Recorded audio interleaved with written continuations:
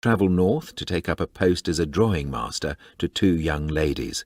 Little does he realise how this chance encounter and his new position are inextricably linked.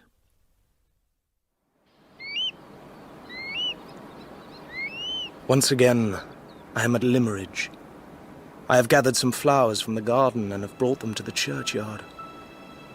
I stand here in the bewitching twilight, and I almost persuade myself that I can see that poor, unfortunate woman kissing the marble cross and beating upon it with her hands. What an extraordinary chain of events has brought me here, and how it has transformed my life. The story I tell is one of mystery, villainy, and daring. It is a story of love, a story of deceit, a true story of the woman in white.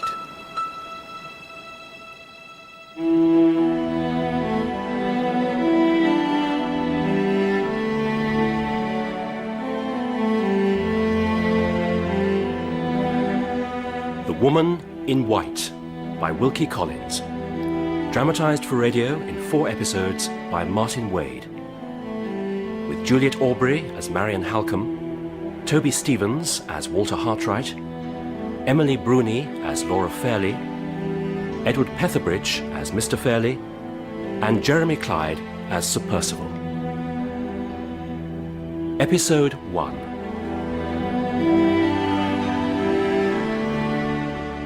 The tale begins, I suppose, with my Italian friend, Professor Pesca.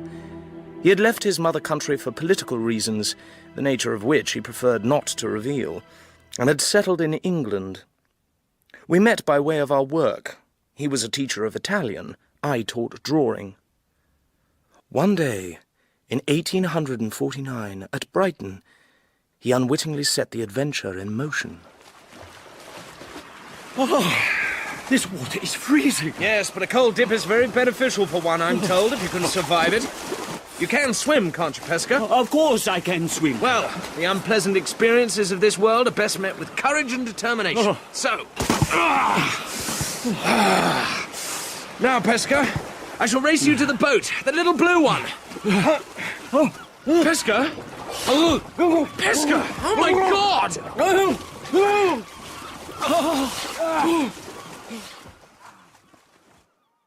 My good, dear chap, you know, of course, that I can never repay you. I don't wish you to repay me. I will always be in your debt.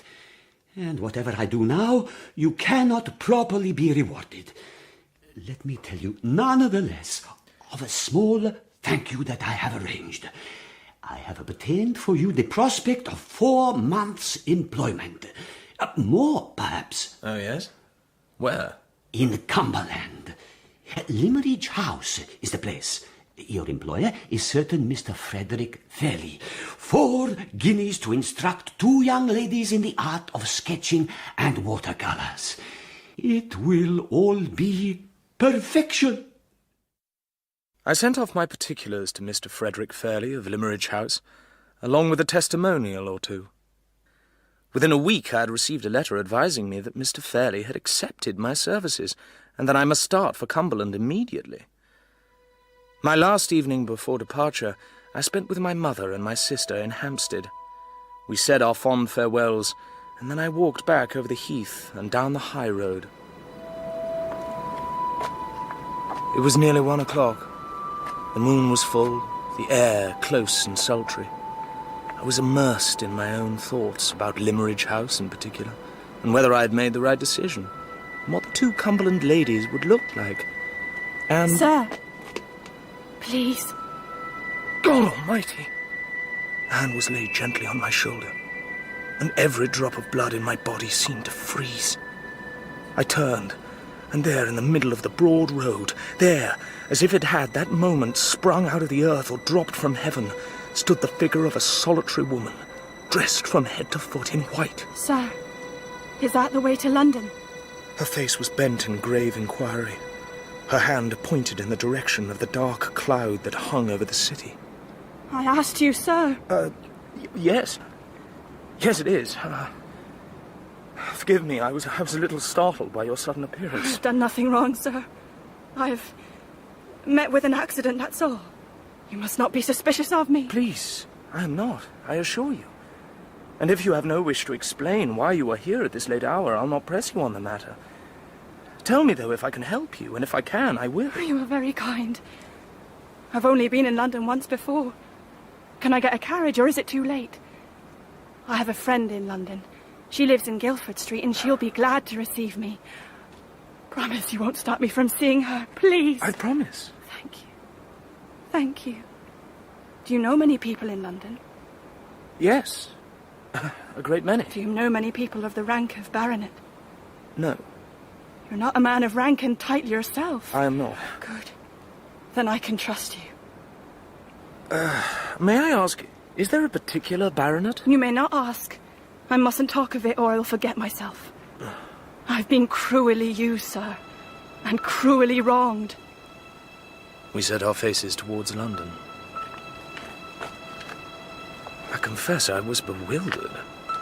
Here I was in the company of a woman whose name and character, whose very presence by my side were all a mystery to me. It was like a dream. Do you live in London? I do. But within a matter of hours, I am leaving. I'm going to Cumberland for a while. Cumberland. Oh, I wish I was going to Cumberland. I was there once, you know. I was happy in Cumberland. Oh, were you born there? No, I was born in Hampshire. I went to school in Cumberland, at a place called Limmeridge. What is wrong, sir? I was struck by the name you mentioned, that's all. Limmeridge House, you see, Oh, is the yes, the house. That is where Mrs. Fairley lived. Dear, kind Mrs. Fairley. But she's dead. And her husband, too. Their little girl, perhaps, is married and gone away, and... She was about to say more, I think, about the Fairley family.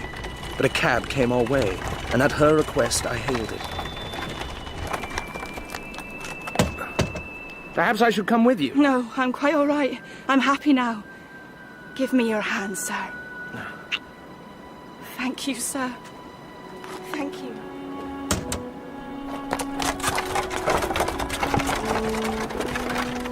I watched the cab disappear from view. I was perplexed, troubled. I had an uneasy sense that in helping her I might have done wrong. At the same time, however, I didn't know how I could have done right. On the opposite side of the road, I noticed a policeman strolling in the direction of Regent's Park. The carriage drove past me and pulled up alongside the policeman. Tell me, have you seen a woman pass this way? What sort of woman, sir? A young woman in a white gown. No, sir. Sorry, sir. What's the matter? What's happened? What's happened?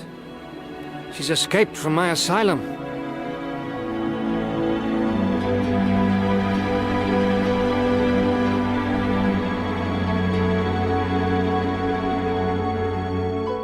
I arrived at Limmeridge House. During much of my journey, my mind had been fixed upon the woman in white. I had wondered if she had been found and returned to the asylum. I had wondered what would become of her if she was still free. Now, however, this conjecturing was put aside, for I was about to meet one of the two young ladies of the house. She was at the other end of the drawing room. Her back was facing me. I was struck by the rare beauty of her form and the unaffected grace of her attitude. Forgive me. Mr. Hartright? She turned round. Her complexion seemed almost swarthy. The dark down on her lips was almost a moustache. Her mouth and jaw were large, firm, masculine. The lady was ugly. Mr. Hartright, my sister and my uncle are in their respective rooms.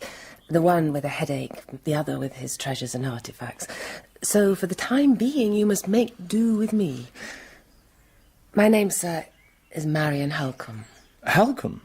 Yes. My late mother, you see, married twice. I am the result of the first marriage, and Miss Fairley is the result of the second. So she and I, in truth, are half-sisters only. Which helps to explain why we are as unlike each other as we possibly could be. She has beauty. I have none. Oh, Please, Mr. Hartright, to pretend otherwise would be absurd. To continue, she is an angel, while I am crabbed and odd. She has a fortune, but my father was poor and left me nothing. Despite these differences, however, we cannot live without each other, Laura and I. We are orphans together. You must please both of us, Mr. Hartright, or else please neither. And what of Mr. Fairley? My uncle you will please best by troubling him as little as possible. He never joins us at our meals, keeps bachelor state in his own apartment. Oh, of course, he is not truly my uncle. He is Laura's uncle and her guardian. There. You know it all now, I think. I'm grateful. But in reference to your family, Miss Halcombe, and to your mother in particular... Yes? I cannot help but mention an incident which occurred last night, and which has been worrying me. A curious incident and a remarkable coincidence. And I proceeded to tell Miss Halcombe the full narrative of my meeting with a woman in white, of how she had talked of Mrs. Fairley in the most affectionate terms, and had referred to the little girl, Miss Laura Fairley, I assumed, as if perhaps they had been at school together. Well, Mr. Hartright, it is all very extraordinary, and I can understand why you have been anxious about the matter. Now, I think you did right, by the way, to protect the young woman's freedom. You do? Nothing you have recounted suggests to me that she was insane. Frightened, certainly. In a state of shock, perhaps, but not insane. I am glad to hear you say so, Miss Halcombe. The notion that I had let a mad woman loose upon London has caused me much self-reproach. You acted properly, I'm sure. Though I wish that you had found out her name. We must clear up this mystery. We really must. The village school, which my mother established when she came here, that still functions, but there are no teachers there from that time. The only other recourse is my mother's correspondence. We have a large collection of her letters. I'll look through them and see if there's anything that might help us. Thank you. By the way, I would urge you not to speak of this matter to my sister, or indeed to Mr. Fairley. Laura is rather nervous and sensitive, and I wouldn't wish to alarm her. And Mr. Fairley? Yes, well, he is nervous and sensitive too in his own distinctive fashion. And I don't think you will wish to alarm him. Mr. Fairley, sir. Come in, but do it quietly, if you will. Thank you, sir. Pray, sit down, Mr. Hartright. But don't move the chair as you do so. The slightest noise, you know, cuts through me like a knife. Well, Mr. Hartright, so glad to be able to possess you at Limmeridge House. Mr. Fairley, believe me, the pleasure is all... Please speak more softly, if you will. The pleasure is all mine. The pecuniary arrangements, are they satisfactory? Most satisfactory. So glad. And your room, will it suffice? Mr. Fairley, it is the most luxurious room I have ever seen. Good. Let me assure you, Mr. Hartright, there is no want of taste and sensitivity at Limmeridge House. Your status as an artist will be properly regarded, I can assure you of that. Put this tray of coins back in the cabinet, will you? Exertion of any kind, you know, is indescribable torture to me. So, Mr. Hartright, how is Mr. Fairley? In a fragile state, I think. How is our mystery? Still plunged in midnight darkness, I'm afraid. But I've only looked through a portion of my mother's letters yet, so don't despair. My sister has left her room, Mr. Hartright, and is, I believe, in the summer house. Let me introduce you. This way. We walked through the garden down a winding path and approached a pretty summer house built in the form of a small Swiss chalet. Its single room was occupied by a young lady who was turning over the leaves of a little sketchbook.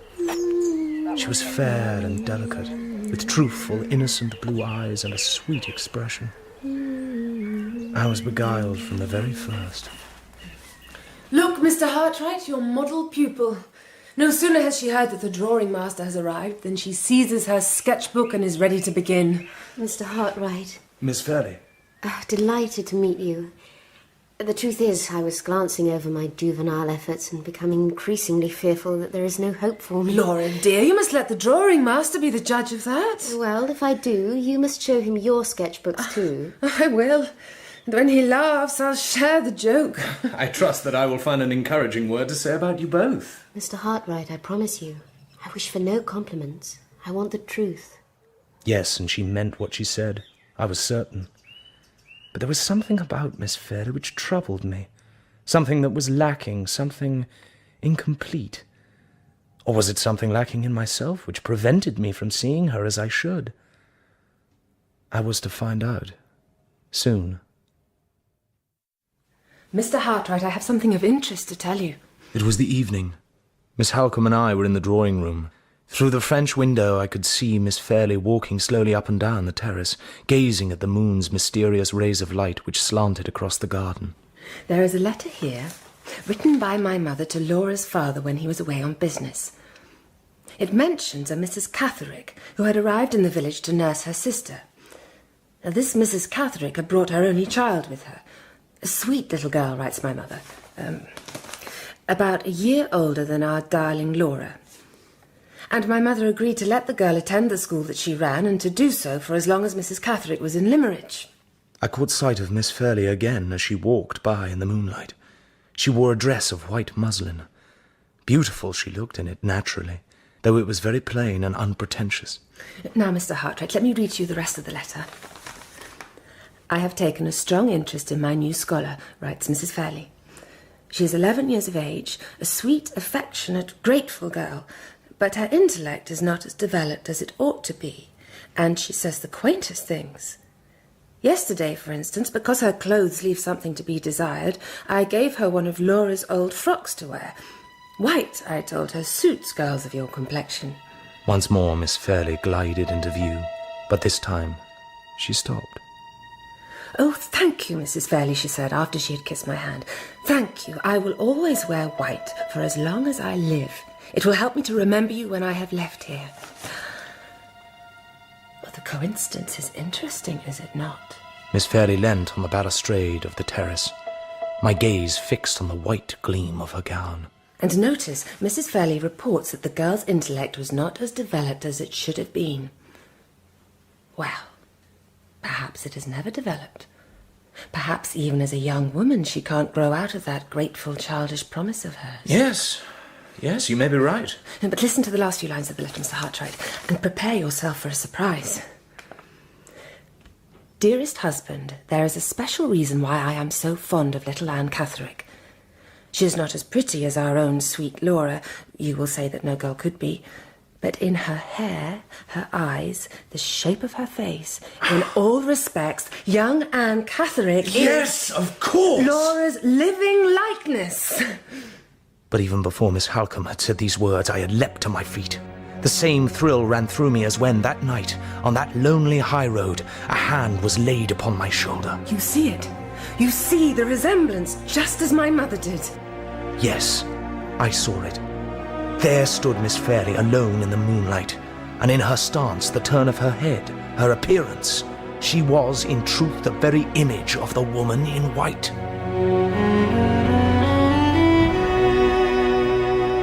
Now, of course, that sense of incompleteness I had felt when I first saw Miss Fairley, that was gone. The puzzle was solved.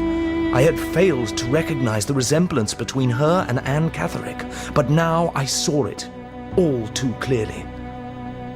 At Miss Halcombe's request, I kept the discovery of the likeness a secret from her sister, lest she should find it perturbing. But I was soon to discover something else with regard to Miss Laura Fairley. Well, ladies, what do you think? It is a wonderful view. Wonderful. Well, let us draw it then. If we are to misrepresent nature, as I always do, let us manage it on a grand scale. An appreciation of the beauties of nature, it does not come to us by intuition. We must acquire it and practice it, and to do so we must struggle against countless diversions and competing attractions. Yes, and even as I spoke these words, my eye was upon Miss Fairley, not upon the leaping waves and sandhills and moorland. My feelings were all for her, not for the distant scene. I was in love.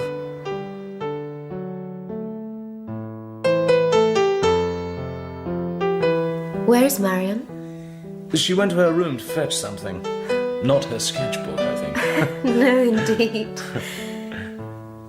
Do you realize, Miss Fairley, I have been here almost 2 months? Is it so little?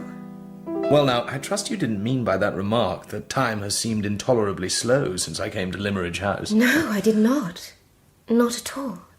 I meant that you have become so much part of our lives at Limmeridge that it might be thought you'd been here for years. Are you happy here, Mr. Hartwright?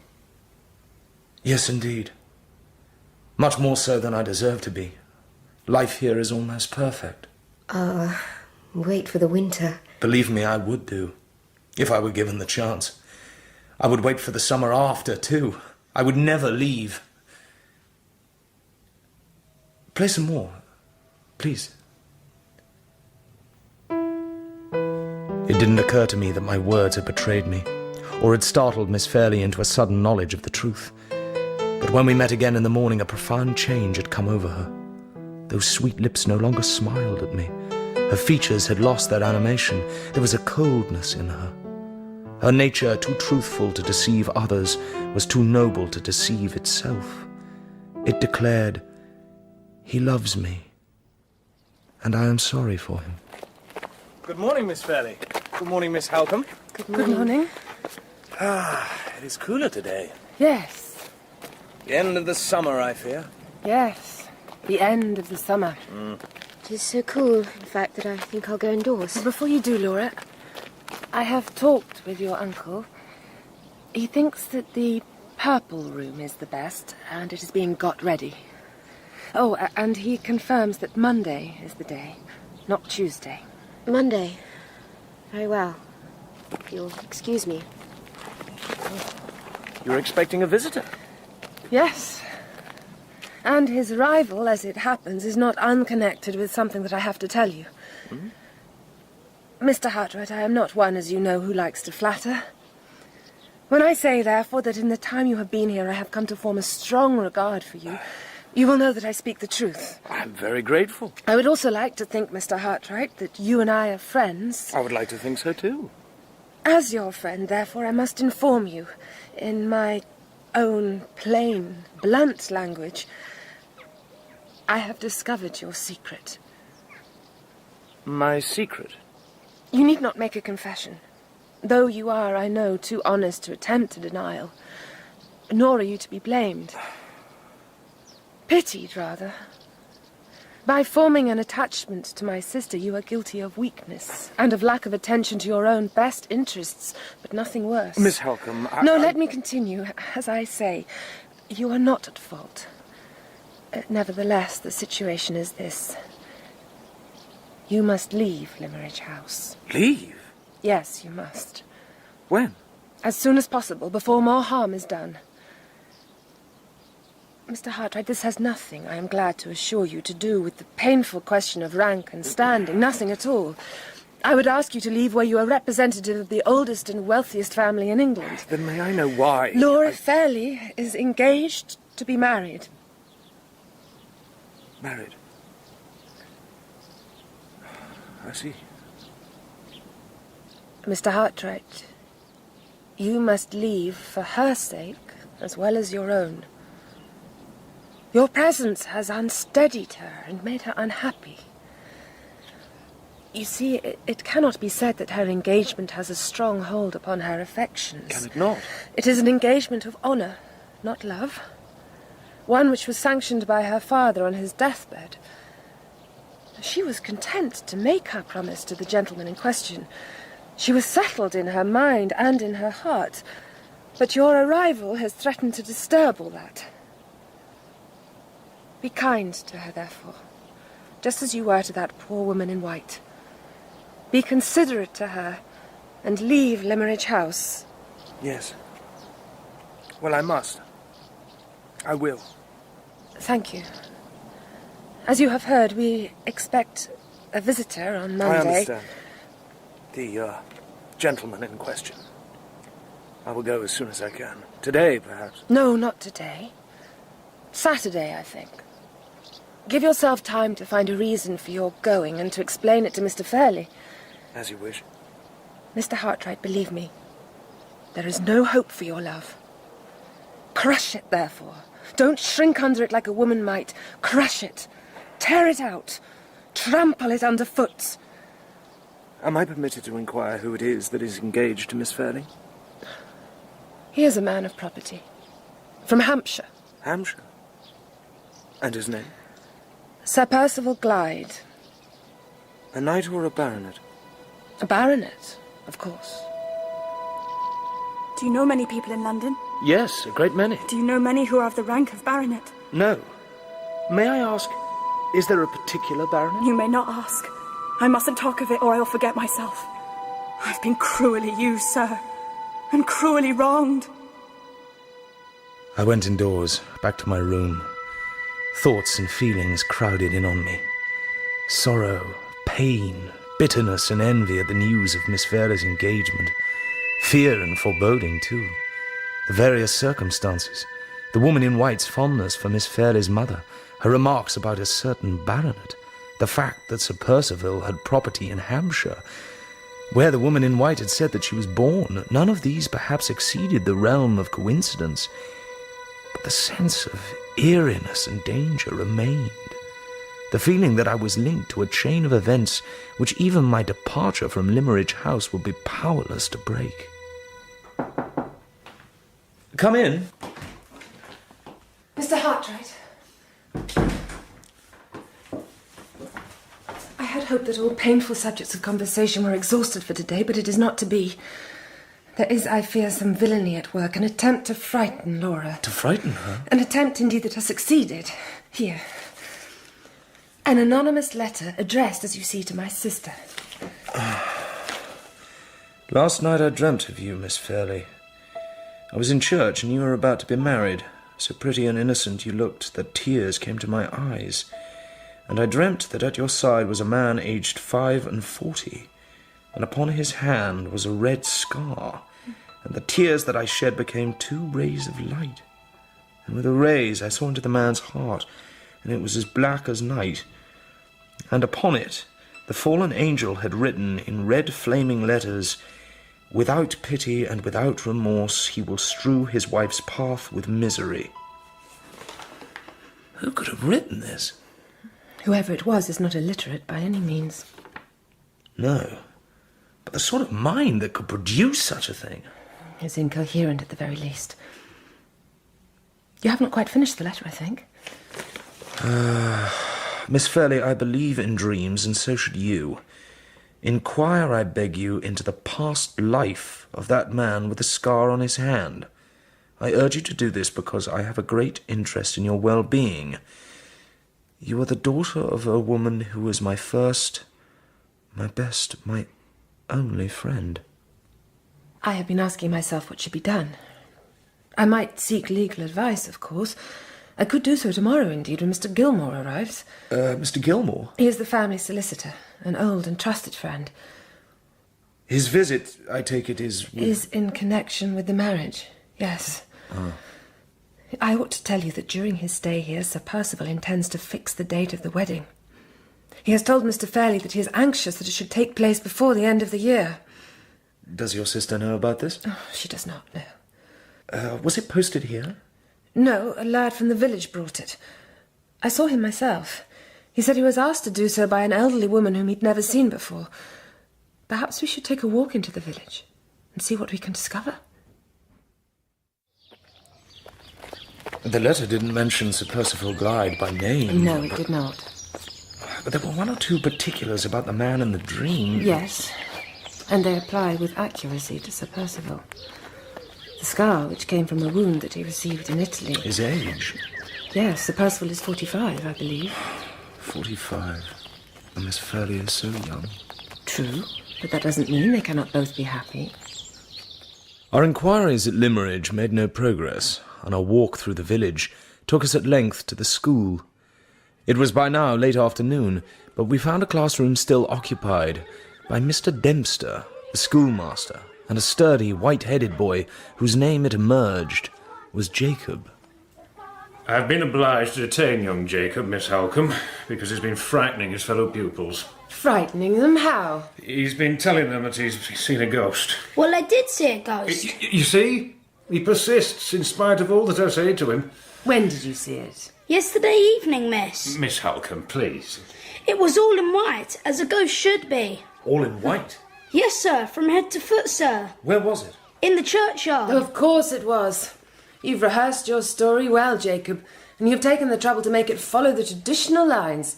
I suppose you can also tell me whose ghost it was? Yes, miss, I can. Miss Halcombe, I know this boy. He's a very wayward boy. Whose ghost was it, Jacob? It was the ghost of Mistress Fairley. What? What did you say? Mistress Fairley, she that founded this school. You must forgive him, Miss Halcombe. He thinks he saw a white figure standing by the marble cross, and of course he and everyone in Limridge knows that the cross is over Mrs. Fairley's grave. Therefore... Yes, I understand. Listen, Master Jacob. Whatever it was you saw in the churchyard, or claimed to have seen, you did not see a ghost, so let us hear no more about it. Miss Halcombe. Yes? I must tell you, in my opinion, it was Anne Catherick that the boy saw. Anne Catherick? It may seem preposterous, I know, but he talked about a figure in white. Well, yes, as a ghost should be. It's possible, Mr. Hartwright, that he invented the whole tale. But we know how dearly Anne Catherick loved your mother. If for some reason she had come to the village... Mr. Hartwright... If she were here, would it not be natural for her to visit Mrs. Fairley's grave? It might well be, yes, but who is to say that she is in the village? The likelihood appears stronger, Miss Halcombe, if one considers the letter that was written to Miss Fairley. The letter? I said nothing to you at the time. I had this notion, but decided that my imagination must be getting the better of me. You believe Anne Catherick wrote that letter? Yes, I do now. These two events, the sending of the letter and the sighting of a figure in white, they surely bear each other out. Anne Catherick is in the village. I'm almost certain of it. Miss Halcombe, show me the churchyard if you would, so that I can see your mother's grave. She took me to the churchyard, and then went straight back to the house. I found the grave and looked around it. I looked at the marble cross. On the side which bore the inscription, the cross was clouded here and there by weather stains. But on the other side, I noticed that it was completely unmarked. Have you brought any news? Yes, Miss Halcombe, I have. Someone has indeed been visiting your mother's grave. Someone has been cleaning the cross. The work is quite recent, that's clear enough. And it is not yet finished. I see. I intend to go back to the churchyard. It was in the evening when young Jacob saw the figure there. Perhaps this evening the figure will return.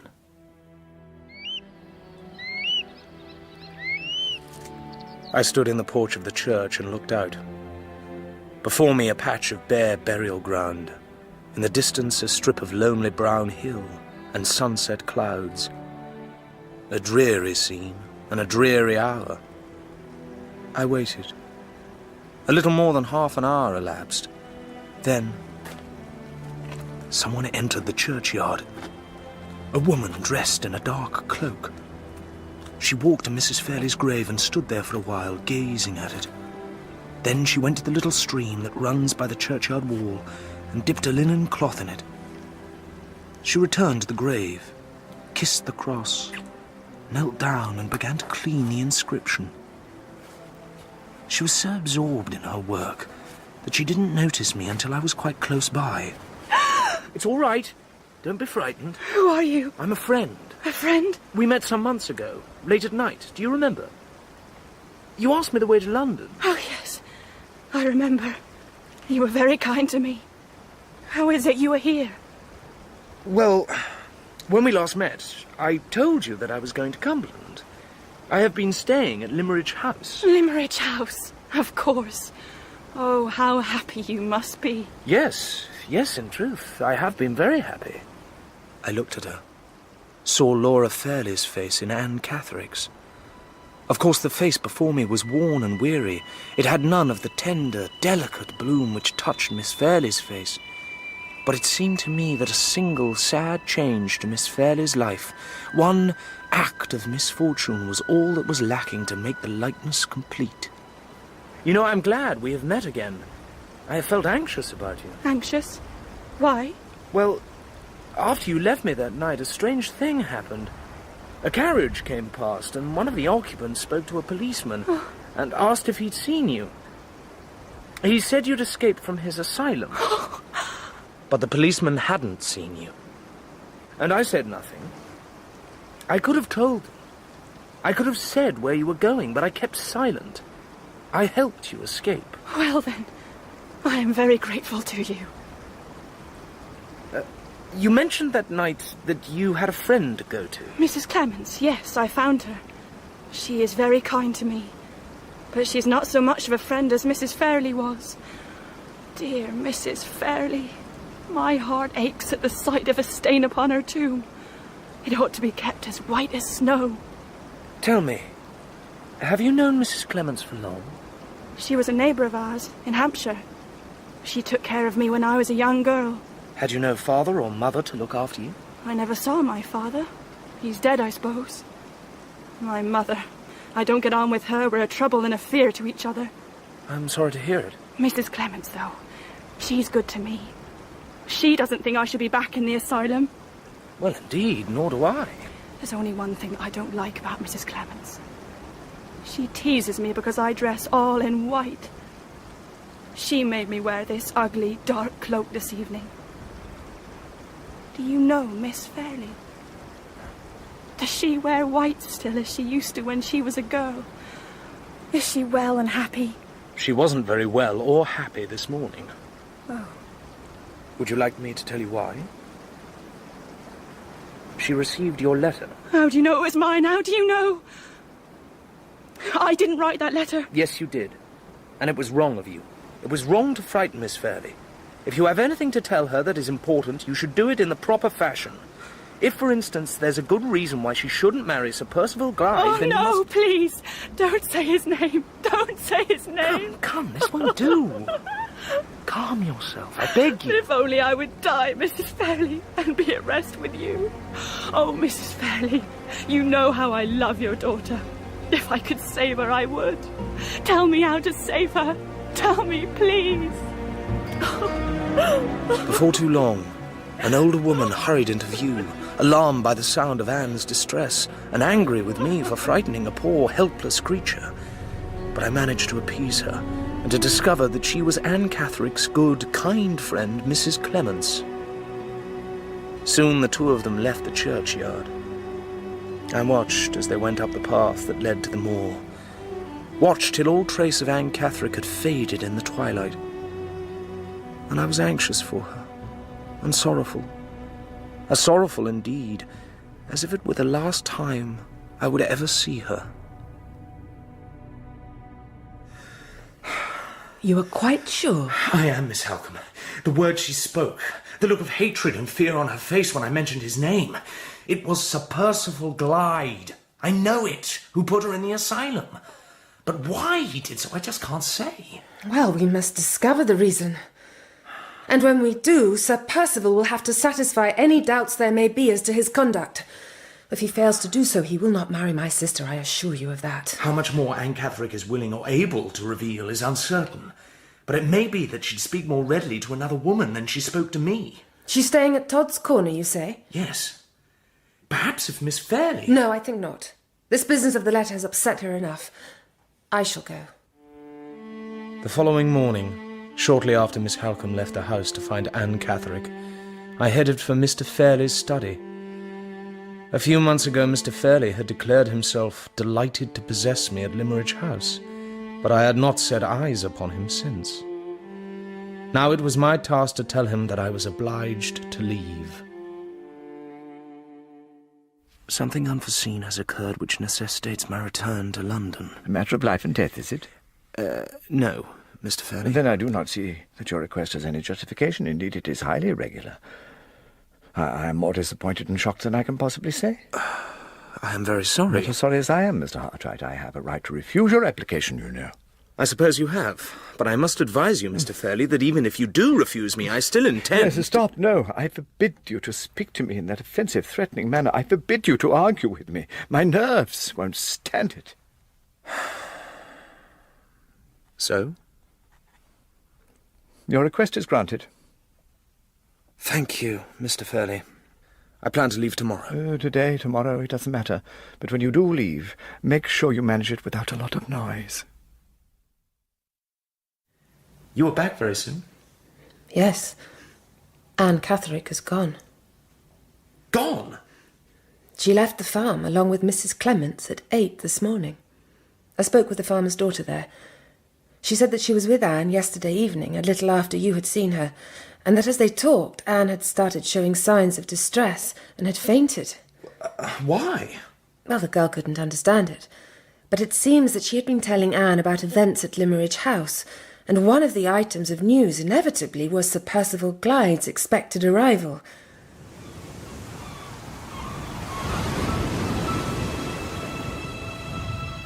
My hours were numbered at Limmeridge House. I went out for a walk, took the path that led to the spot above the beach, a favourite of mine and Miss Fairley's. Now the view which he had sketched was cold and barren. The tufts of ferns and grasses were overcome by pools of stagnant water and draggled weeds. The flowers whose names she had taught me and whose forms I had taught her to draw, they were gone. Leaves fell around me. The sky was grey. Winter was approaching, but it already gripped my heart.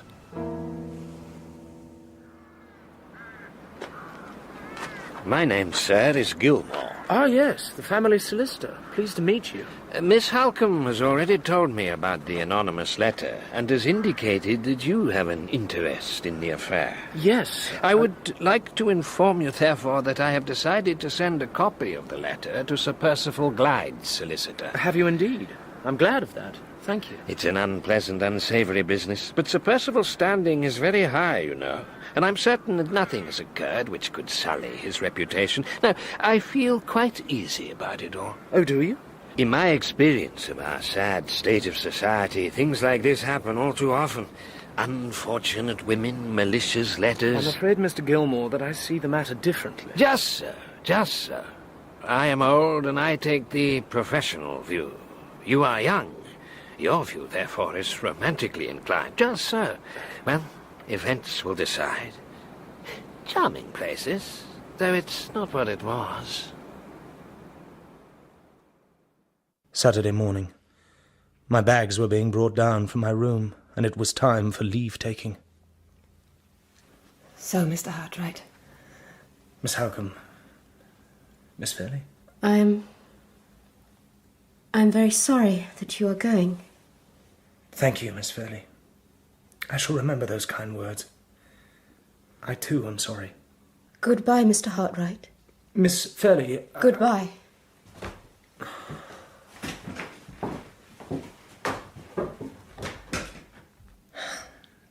It is better this way, for you and for her. Yes. I shall write to you. Will you, Miss Halcombe?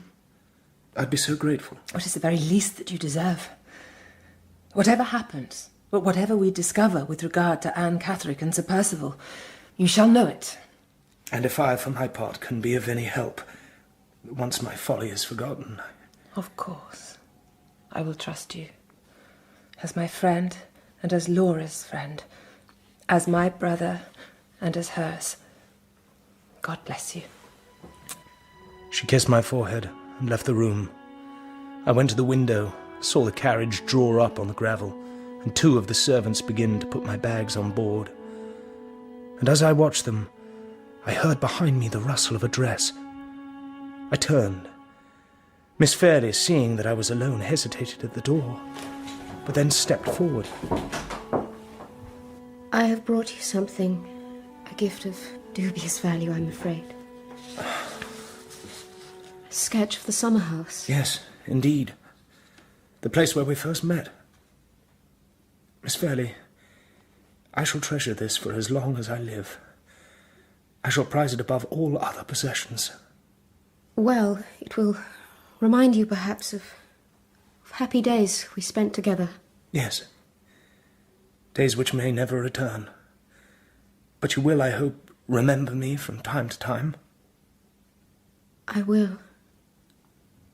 I promise it. Give me your hand. You must leave me now. Please. Leave me.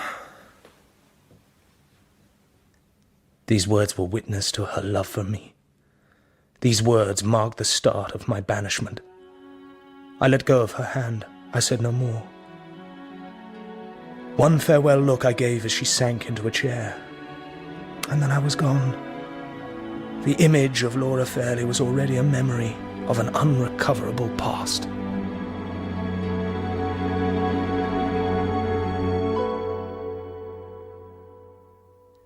The day after Mr. Hartright left Limmeridge House... Mr. Fairley?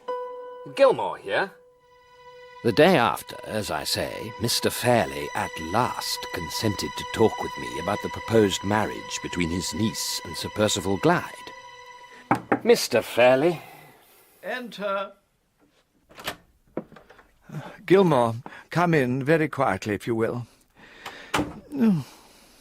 I've explained too many times, Gilmore. I find it upsetting to talk about business. Yes, perhaps you do, but... There's no reason at all why you should want to disturb my tranquillity, unless it is out of malice. Oh, Mr. Fairley. The marriage is a good thing, I'm certain. Laura's father sanctioned it, you know, on his deathbed. Yes. And I sanctioned it too. It is a desirable match, and I see no reason why the wedding should not proceed as quickly as possible. Indeed, I shall be glad when it is all over. But as regards the settlement... As regards the settlement, you look into it. Why don't you, Gilmore? That's the kind of thing you do, surely. Talk to Laura if you need to. Talk to Sir Perceval if you absolutely must. He arrives tomorrow, I believe. Get everything ready, dear Gilmore, and then, when it is, I'm sure I shall say yes. Sir Perceval, may I introduce Mr. Gilmore to you? Mr. Gilmore, this is a great pleasure. You are, I gather, a devoted friend of the family. Well, I have tried to be of service to the Fairleys, and they, in return, have been indulgent towards my faults. Sir Perceval, I am afraid that my sister will not be joining us. Not for a while, at least. She is feeling a little unwell. Oh, I'm sorry to hear it. I'm very sorry indeed, but as she's not with us, perhaps this would be an appropriate moment to address an unpleasant and distasteful matter, one which is too painful for me to talk of directly with Miss Fairley. You are referring, no doubt, to the anonymous letter that she received. Yes, I have read the copy which you were good enough to send. We believe that the letter was written by a young woman named Anne Catherick. You're right, Miss Halcombe. I'm sure of it. Let me tell you what I know. Anne Catherick and her mother live in Hampshire. Anne is an only child and has been mentally disturbed from an early age. Mrs. Catherick was long ago deserted by her husband, and though mother and daughter live some distance from my own home, I have kept in touch with Mrs. Catherick in consideration of faithful service rendered in past years. So when her daughter's mental condition deteriorated, and Mrs. Catherick recognised that Anne must be placed under proper medical care, I offered to pay for Anne to be looked after in a private asylum. Ah, I see. Unluckily for me, Anne discovered something of my involvement. And she assumed? She assumed that I was chiefly, if not solely, responsible for her being locked away. I became the object of her deep suspicion and hatred, as the letter demonstrates. I still am. Sir Perceval, you've made everything clear, and I'm most grateful to you for doing so, as I'm sure is Miss Halcombe. Yes, indeed. I'm happy, of course, to provide any further details you may require, the names of the doctors who admitted her to the asylum and so on. I should add that my solicitor has been instructed to spare no expense in finding the poor young woman and restoring her to medical care. Have you any questions, Mr. Gilmore? None. I'm entirely satisfied. Miss Halcombe? I have no questions now. But you are, I think, not as satisfied as Mr. Gilmore. You would rather not take my word on the matter. Sir Perceval, please understand, I do not distrust you. But as one more closely involved in the affair than Mr. Gilmore here, you are entitled to some proof of what I've told you. I do not ask for such proof. You do not, but you will excuse my obstinacy if I insist that it be provided.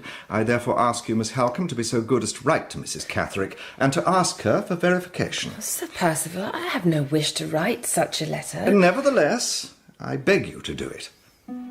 As a favour to me. In consequence of this conversation, in which, by the way, I thought Sir Perceval conducted himself with quiet tact and refinement, Miss Halcombe sent word to Mrs. Catherick, and Wednesday's post brought a reply. It is, as you see, Mr. Gilmore, a brief, terse letter. Yes, but it is as plain a confirmation of Sir Perceval's statement as could be desired, I think. Has Sir Perceval seen it? Yes, he has. I suppose now that we have done all that we can. If we are friends of Sir Perceval, and we know him and trust him, then we have done all and more. Yes, indeed. And yet, Miss Halcombe, you are doubtful. I ought not to be, I know. I have been over-anxious about Laura, I suppose, and it has unsettled me. Oh, but I do wish that Mr. Hartright was still with us, and I could hear what he thought. You would sooner trust Mr. Hartright's judgment than your own? Well... Or mine? No. Forgive me. Mr. Gilmore, there is another reason for my disquiet. This morning, after I had shown Sir Perceval Mrs. Catherick's reply, he began to talk about Laura. About how he had observed that her spirits were low, and that her manner towards him had changed since his previous visit here. And he said... Yes? He said that with regard to the proposed marriage, he would urge Laura to reflect very seriously on two things. First, his own conduct, from the beginning of the courtship to the present time, and secondly, the circumstances under which the engagement was made. You mean the fact that her father sanctioned the marriage? Exactly. And he declared that if, after considering these matters, Laura then decided to withdraw from the engagement, she would be perfectly free to do so. No man could have said more than that, Miss Halcombe. Few, indeed, would have said as much. Well, perhaps. He has specifically requested that Miss Fairley should not act against her own desires. Yes, but do you not see? That is the very outcome I am likely to encourage if I pass his message on to her. Sir Perceval's conduct has been beyond reproach. Not only that, but Laura's father, on his deathbed, spoke hopefully of her marriage to Sir Perceval. So Laura's love for honour and truth, and her respect for her father's memory, together make it impossible that she should break the engagement. Miss Halcombe, what do you say? That Sir Perceval made his statement in the full knowledge that he would be obliging Miss Fairley to accept him? No, no. If I thought he was capable of such baseness as that, I would tell him to leave Limmeridge House at once. But unconsciously, perhaps, without intending it. Forgive me, Miss Halcombe, but such speculation, it seems to me, is not to the point. Whatever effect Sir Perceval's words might have, they won't prejudice the outcome, for the simple reason that the outcome is already decided. Nothing has changed. Sir Perceval is the same man that he was when last he was here. Why should Miss Fairley even contemplate rejecting him?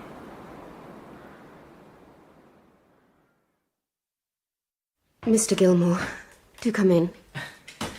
I wondered, my dear Miss Fairley, if you and I might have a talk. Of course, take a seat. Oh, thank you. My dear, I have to get back to London today. I'm sorry to hear it. But before I go, I would like us to talk about the engagement and matters related. Must we, Mr. Gilmore? Yes, my dear, I think we must. Your sister advises me that she has spoken to you today about the marriage. Yes. I believe she has told you, among other things, that it had been Sir Perceval's purpose in coming to Limmeridge to fix a day for the wedding. But you, it seems, would prefer that it be decided sometime in the future. Yes, that is right. I have to confess I was a little surprised to hear it. You are quite determined about this? Yes, I am. I have asked if I might defer my final answer for a month or two, till the end of the year at the latest. Has Sir Perceval... Your sister informed him only a few minutes ago. And? He granted the request straight away, without demur. So, we cannot at present be certain if you are to marry or not. The decision rests with you. But even when the time comes, I must be ready to draw up a settlement. And to do that, I need to consult you first. If it does happen, if I am... If you are married... Please don't let him part me from Marian. Please, Mr. Gilmore. Well, that, my dear, you can easily settle by private arrangement. I was referring to your property, to the disposal of your money. If you were to make a will when you come of age, to whom would the money go? Might I leave it to Marian? Certainly, but you should bear in mind what a large sum it is. Do you wish everything to go to her? No, not quite everything. There is someone else who might like a little keepsake. If I were to die, I'm sure there'd be no harm in him having it. Mr. Gilmore, I'm so sorry. Forgive me. Oh, my dear, please, there's nothing to forgive. You have not been well. I wish you were not leaving us. I wish things were as they used to be. Mr. Gilmore, I wish I could be happy again.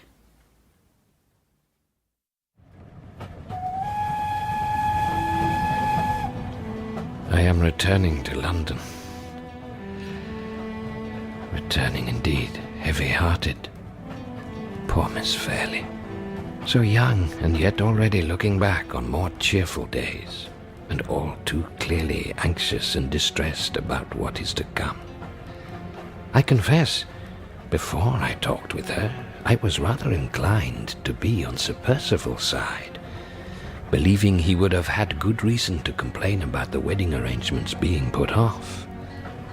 But by the time I had left her, my sympathies were all with Miss Fairley. Sir Perceval is courteous and considerate, delightfully free from pride. But there is a voice within me that says that he is not the man for Laura Fairley. I pray to God, therefore, let him not marry her.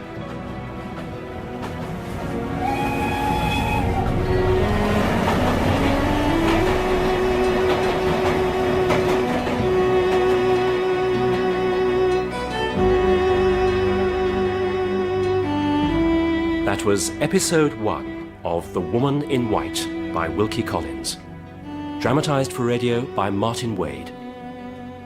Marian was played by Juliet Aubrey, Walter by Toby Stevens, Laura by Emily Bruni, Mr. Fairley by Edward Petherbridge, and Sir Perceval by Jeremy Clyde.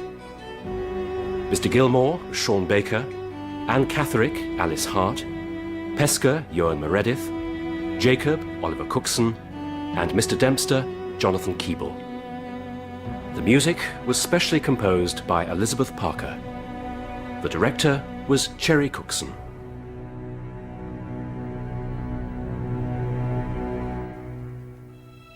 I confess it. I did not, till the last few days, realise the strength of my sister's feelings for Walter Hartwright. I had no suspicion that the love Laura felt for him had taken root so deeply and threatens to alter her for life. Now, having discovered my error, I find that I have lost all faith in my judgment. Can it be right for Laura to marry Sir Perceval Glyde when she loves another? And if she does marry Sir Perceval, is he a man to be trusted? One thing, however, I am sure of. Dearest Laura is deeply, pitifully unhappy.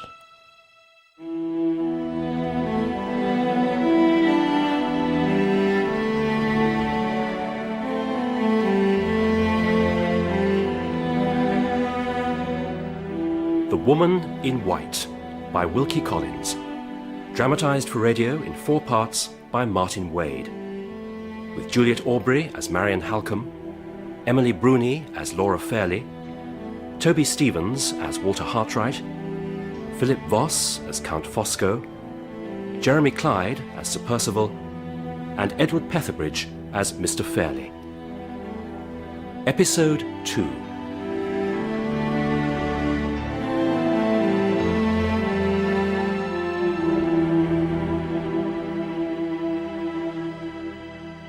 Marian, I can bear this no longer. My dear sister. I must finish with it, and I will. You mean you will break off the engagement? No, I can never do that. But I will end this secrecy. I will tell Sir Perceval the truth, that I love another. What? You'll make a confession? Yes. And then, if he wishes, he may release me from my promise. But Laura... Dearest sister, he has a right to know. If Sir Perceval is to grant my release, he must do so because he knows the truth. The 9th of November.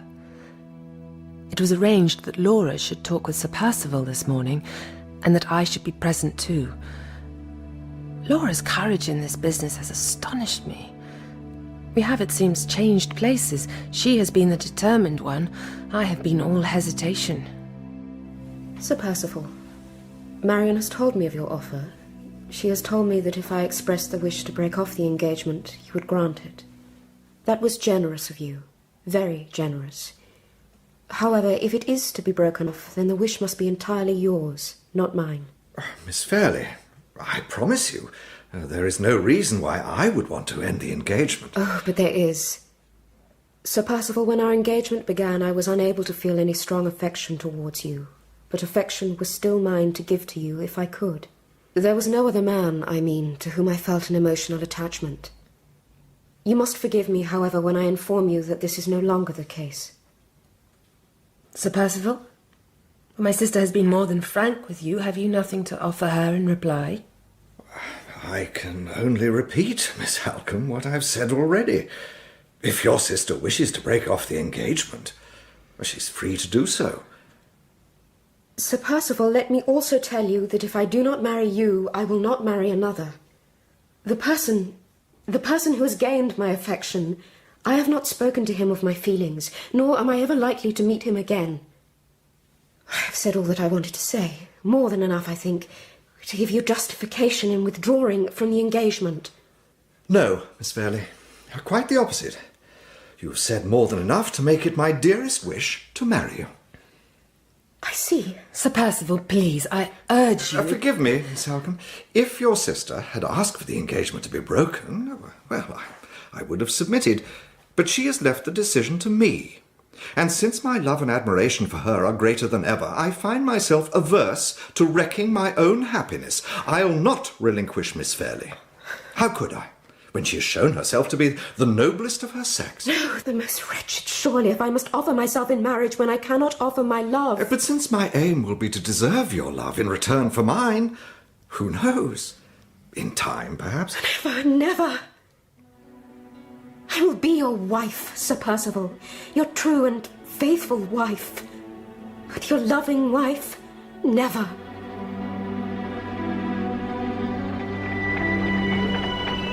Cab! Cab! Mr. Gilmore! Mr. Gilmore! Yes? It's me, Walter Hartwright. What? So it is. I haven't much time to talk, I'm afraid. Euston Station, please. I have a train to catch. Well, then I'll accompany you, if you don't mind. By the way, Mr. Gilmore, I'm being followed. Followed? By whom? Two men. I don't know their names. Yes, there they are. Where? Getting into their cab over there. They go everywhere I go. It started as soon as I returned from Limmeridge House. I see. I have to say, Mr. Hartwright, you don't look well. Oh, let me assure you, my mind is not at all disordered. I have not been imagining things. I am being watched, pursued everywhere, every day. I suppose you have heard about the marriage. Miss Fairley's, you mean? Yes. I had a letter recently from Miss Halcombe. It's going ahead. So I understand, yes. Do you know at all if a date has been fixed? I don't. You will have to look for the announcement in the papers. Ah, well, that may be difficult. I'm leaving England very soon. Oh, are you indeed? May I ask? Honduras, and thence the ruined cities of Central America. Oh, good heavens. Yes. Let's see if my two new friends are prepared to follow me there. I'm going with a group on a private expedition as their draftsman. I'll be gone 6 months at least. More if the excavation is successful. To tell the truth, Mr. Gilmore, I don't care how long I'm away. I've not felt very settled since I've been back in London.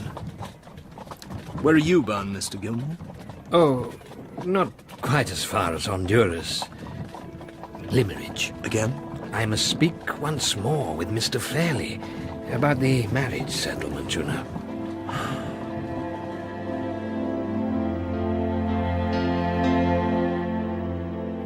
No, Gilmore, you are being heartless, you are being a bully. But I have come here at great personal inconvenience. I did not ask you to come. That is true, Mr. Fairley, but there is a considerable amount of money involved. There are two separate sums to be considered here.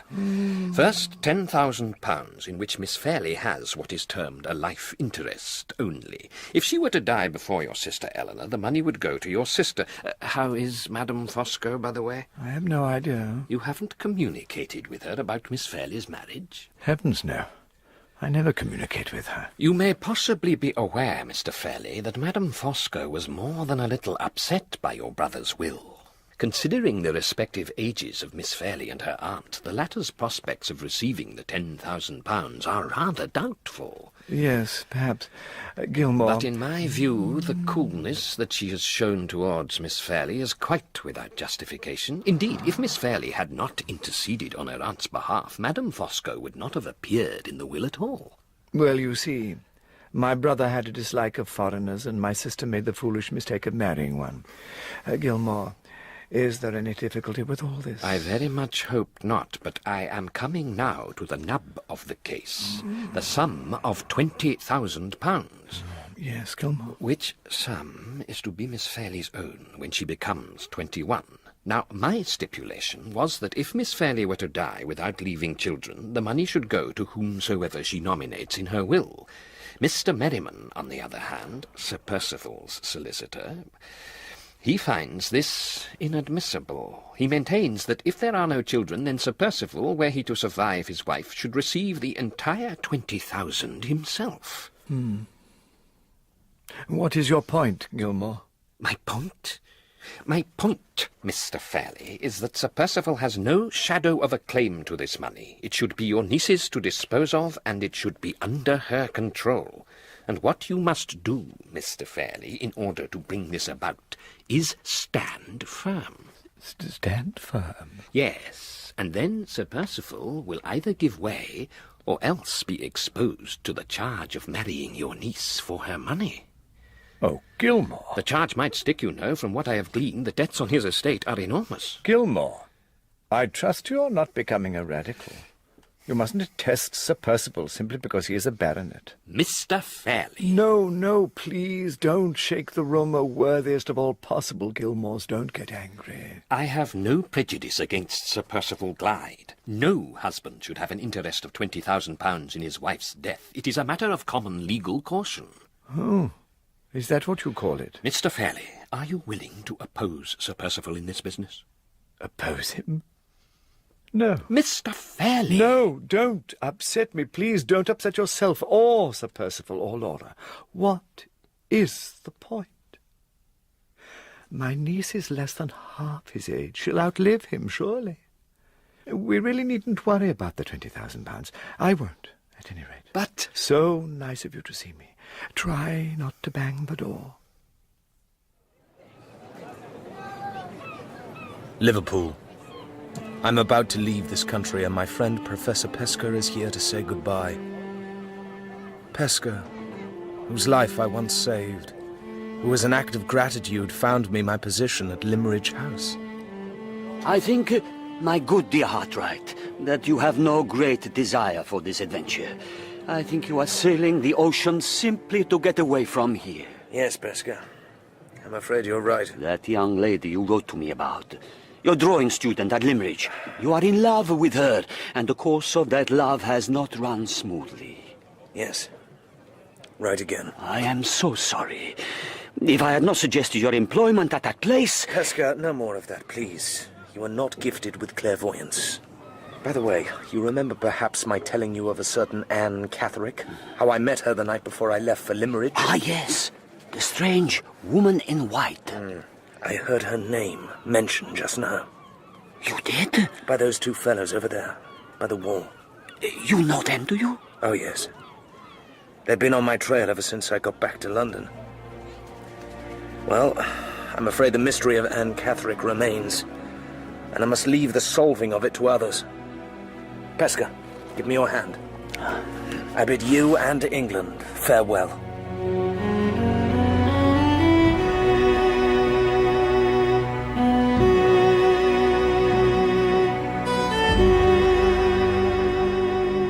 So, dearest sister, what says my uncle? Sir Perceval has suggested a day for the wedding, and your uncle has agreed. It is to be the 22nd of December. The 22nd? Less than a month away. It is so soon. Yes, Laura, it is very soon. Let me go back to your uncle, therefore, and tell him so. He and Sir Perceval need not have it all their own way. No, Marian, please. It will only cause more trouble and confusion. Sir Perceval will be here again with fresh causes of complaint. Well, what of it? Are you to break your heart so that Sir Perceval's mind can be at ease? Oh, Laura, why should men be allowed to drag us away from our homes and loved ones, destroy our innocence and peace, and give us nothing in return? Why, Laura? Why? You know it's very cruel and most unjust. It makes me so angry. It makes you weep, dearest sister. I am not used to your tears. Marian, you are devoted and you are kind, but you cannot alter the inevitable. Sooner or later, the wedding must happen. After the wedding, your uncle informs me Sir Perceval wants to take you to Italy. Italy? For how long? Until spring or early summer. He is concerned to get extensive renovation work done on the house in Hampshire, and being away from England for the winter months will be good for you, he says. Yes, I hope so. Dearest sister, you will like Italy, I think. Laura, I will not be going with you. Oh. No, Laura. When a man first marries, he is least disposed to tolerate a rival, male or female. If you still wish that I should share your new home in Hampshire... Yes, of course I do. Well, then I think we would be well advised not to arouse Sir Perceval's jealousy on the wedding tour. So, I am to lose you? Just for a few months. And on the return journey, I gather you and Sir Perceval are to join up with your Aunt Eleanor and her husband. Oh, indeed. She has hardly, I know, been the most affectionate of aunts. But her husband, Count Fosco, is a friend of Sir Perceval's, is he not? Yes, I believe so. So perhaps you and she will be able to meet on civil terms, at the very least. Perhaps. The wedding, I assume, is to be at Limmeridge Church? It is. And when will Sir Perceval be here? Some days before. On the 17th. Miss Halcombe. Sir Perceval. What a pleasant surprise. How are you? And how is your dear sister? Oh, we are well enough, thank you. And all is ready for your arrival. I confess, though, I didn't expect to meet you in the village. Well, I thought that before I descended upon Limmeridge House, I would pay a visit to the farm at Todd's Corner, where Anne Catherick was staying. Yes, indeed. I was anxious to discover if they had any news of her, but sadly there's none. You've heard nothing, I suppose? Nothing. Oh, dear. The poor creature, as I'm sure you're aware, needs proper care and protection. I hate to think what might have happened to her. Strange, is it not? During the weeks that he was away from us, my recollection of Sir Perceval was distinctly less than favourable, not least on account of the distress that he had caused my sister. But his concern about Anne Catherick immediately put him in a different light. I decided that I would test his character still further. Sir Perceval, you will think me very forward, I am sure, but I have a question to ask of you. Yes? With regard to the time when you and Laura returned from Italy... Miss Halcombe. Yes, Sir Perceval? If you are about to suggest that you should come to stay with us at Blackwater Park... Oh, I was intending merely to ask what your thoughts were. Miss Halcombe, dear Miss Halcombe, it is the very notion which I was anxious to put to you. If you would share our home and be Laura's companion, you would be conferring on her and me a lasting favour. Now, sweetest sister, I must wish you good night. Yes. Oh, but I almost forgot. A present from your uncle. Oh, thank you. No precious stone upon the ring, I'm afraid. Just a strand of his hair. He wanted you to have the gift today, he said, so as to avoid increasing the excitement of tomorrow. And he insists there must be no scenes during the course of the day. No tears. Let him insist all he may. There will be tears, nonetheless. Well, Marian, my last night at Limmeridge House. This past week, you know, I seem to have put myself into a dream for fear of waking up and discovering the truth. Just think how different it would have been if it was not Sir Perceval I was about to marry, but someone else. Laura, my dearest. Forgive me. There she lay, in her pretty little white bed. the same bed she had slept in since she was a girl. And on the table by her bedside, a prayer book, a miniature portrait of her father, and a brooch of mine which I had given her that afternoon as a keepsake. I stood by the bed. Between her half-closed eyelids glistened the traces of tears. Forgive me.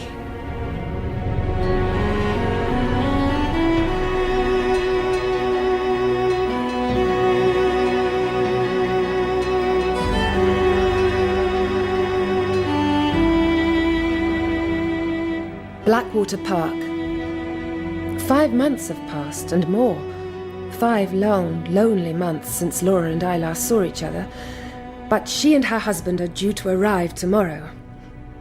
Aunt Eleanor and her husband, Count Fosco, will be with them. They are staying for the summer. I journeyed here yesterday, and have been made very welcome by the housekeeper, Mrs. Mitchelson, a clergyman's widow. Blackwater Park, as the county history obligingly informs me, is an ancient and unusual seat, very different from Limerick. It has been quiet here, and I have but one incident to report. Mrs. Mitchelson? Mrs. Mitchelson! Why, Miss Halcombe? Whatever is the matter? I found this dog while I was walking by the lake. It was in the boathouse. It's been shot, I think. Dear, oh dear. I recognise that creature. Rest it just here, Miss Halcombe. I suppose it was Baxter who shot it. Who's Baxter? The gamekeeper. It must have strayed off the path. Belongs to Mrs. Catherick. Mrs. Catherick? Well, we can bathe the wound, I suppose, but I don't think we'll do much good. This Mrs. Catherick? You know her, do you? Well, I know of an Anne Catherick. Anne, that's right, her daughter. It was because of her that Mrs. Catherick was at the house. She said that the daughter had disappeared. Yes, so I understand. She was asking for news about her. It seems that someone had seen a young woman in the area, a stranger, and she wondered whether it might be Anne. Does Mrs. Catherick live in the neighbourhood? No, she's at Welmingham, 25 miles away at least. Have you been acquainted with her for some while? I never saw her before yesterday morning, though I'd heard of her, of course, on account of Sir Perceval's kindness in helping with Anne's medical care. Yes, of course. But strangely enough, when I told her that Sir Perceval was returning soon from abroad, she said that there was no need to mention that she'd been here. Now, that was odd, I thought. Yes, it was. Did she speak at all about her daughter? Very little. She talked chiefly of Sir Perceval and what sort of lady his wife might be. She didn't seem distressed that she hadn't found Anne. More vexed, put out. Oh, there, look. I told you the dog wouldn't live. Oh, the poor thing. I'll get Baxter to bury it.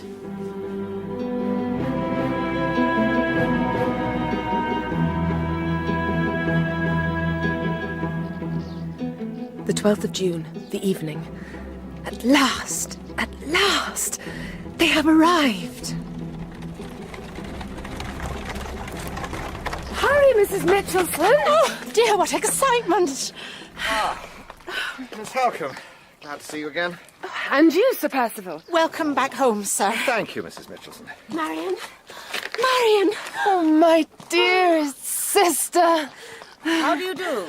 Madame Fosco. It's been a long time. Yes, indeed. Come, Fosco, you're holding up the party. The Count at last left the carriage. What an extraordinary sight. So immensely fat he was, and yet he moved towards me on light, nimble feet. I looked at his face as he drew near, and it put me in mind of Napoleon's. The regularity of the features, their grand calmness and power, and his skin, closely shaven, was beautifully smooth, smoother than mine, I fear, and yet I had heard he was almost 60. You must be Miss Marian Halcombe. I am. Delighted to make your acquaintance. Please forgive me for delaying to greet you, but I have some of my family with me in the carriage, and I was ensuring that they are safely in their cages. Their cages? I have brought with me a cockatoo of transcendent plumage, 2 canary birds of unrivaled vivacity and intelligence, and 5 sublime ineffable white mice. Count, shall we go in? Certainly, my angel. Oh, no, no. After you, Miss Halcombe. Show me your rooms first, Marian. I want to be sure that you're comfortable. Oh, I am, believe me. I am in the habitable part of the house, as you are, Laura, you will be relieved to know. But the other wing is 14th century and not to be contemplated.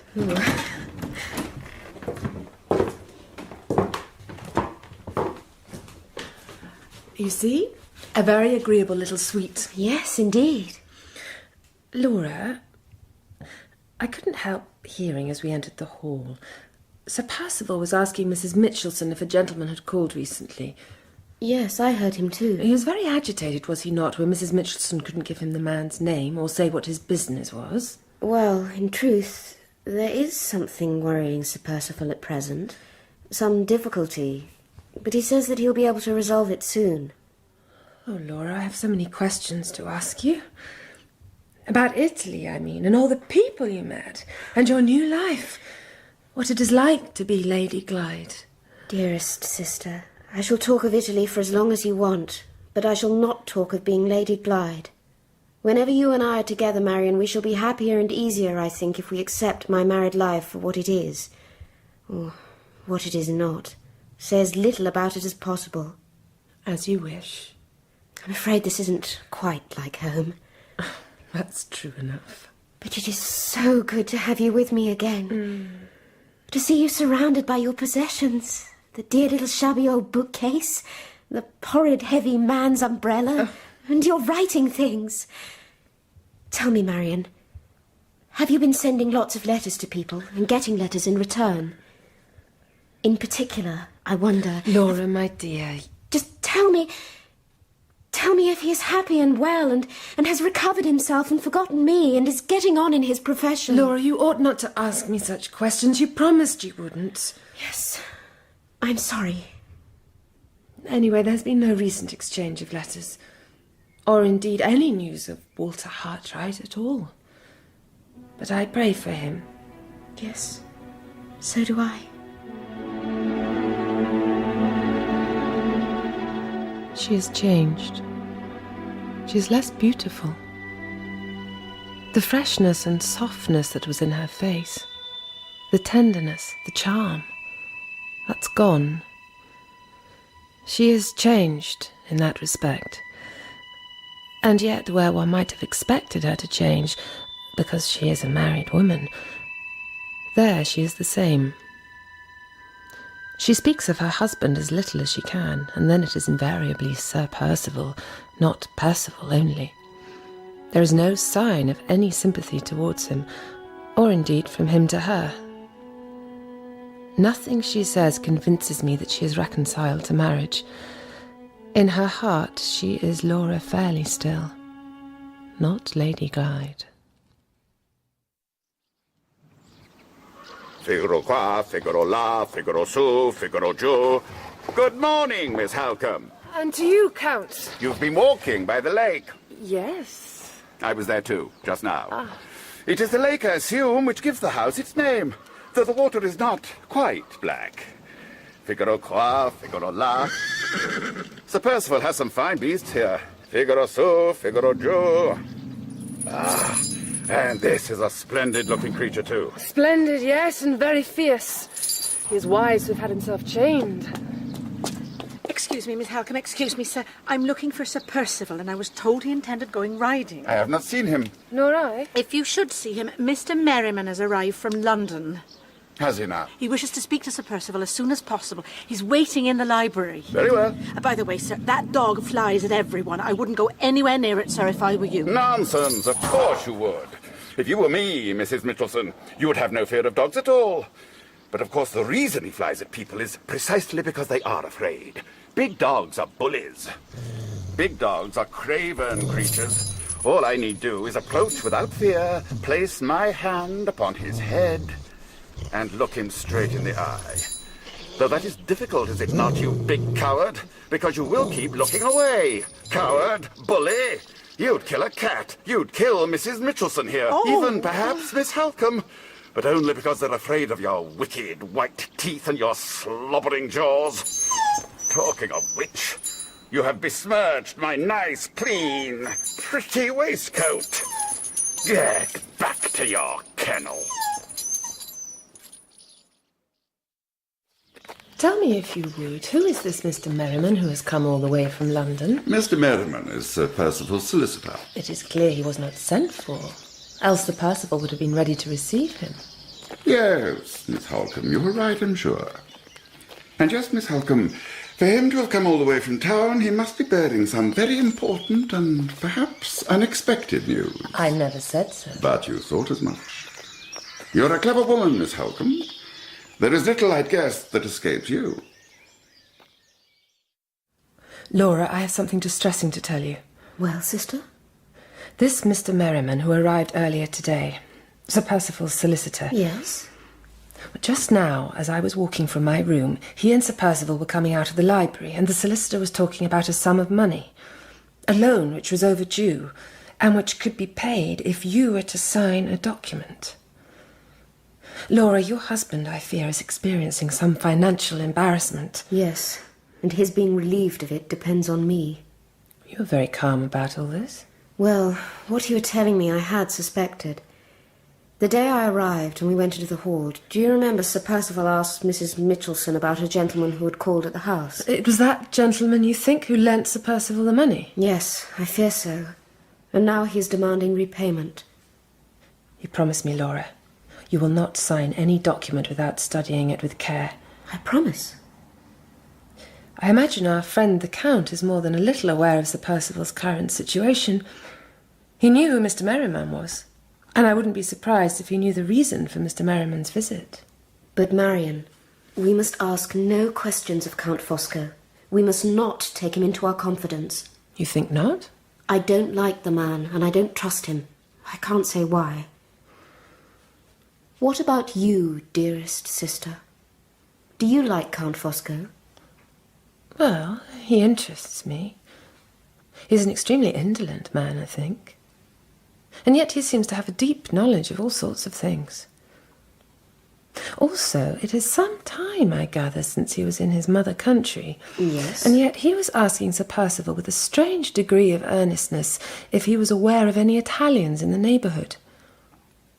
And this morning, Laura, when I came down to breakfast, I noticed a letter for him which bore a large official seal, so he is not, it would seem, a political exile, but is perhaps engaged in government business of some sort. I asked you, Marian, if you liked him. I half like him, and only half willingly at that. He flatters my vanity. I must be plain to you. It is plain enough to me when I am away from his presence. I think Aunt Eleanor thinks you like the Count, and is rather jealous of the Count's attentions. Yes, perhaps, though I suspect she has to suffer in silence. Count Fosco may be sweetness and light in company, but behind his door, I'm certain, he wields a rod of iron. I don't entirely like him as a friend, but I'd be very sorry to have him as my enemy.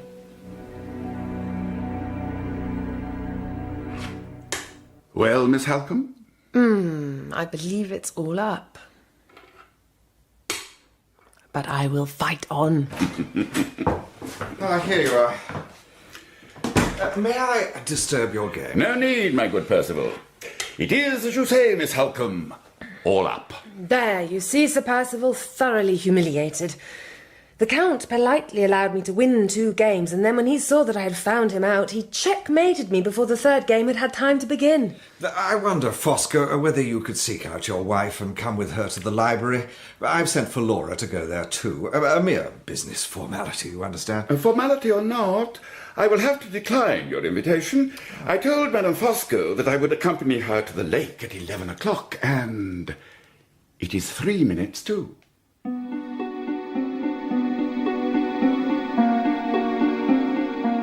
As it transpired, we all went to the lake.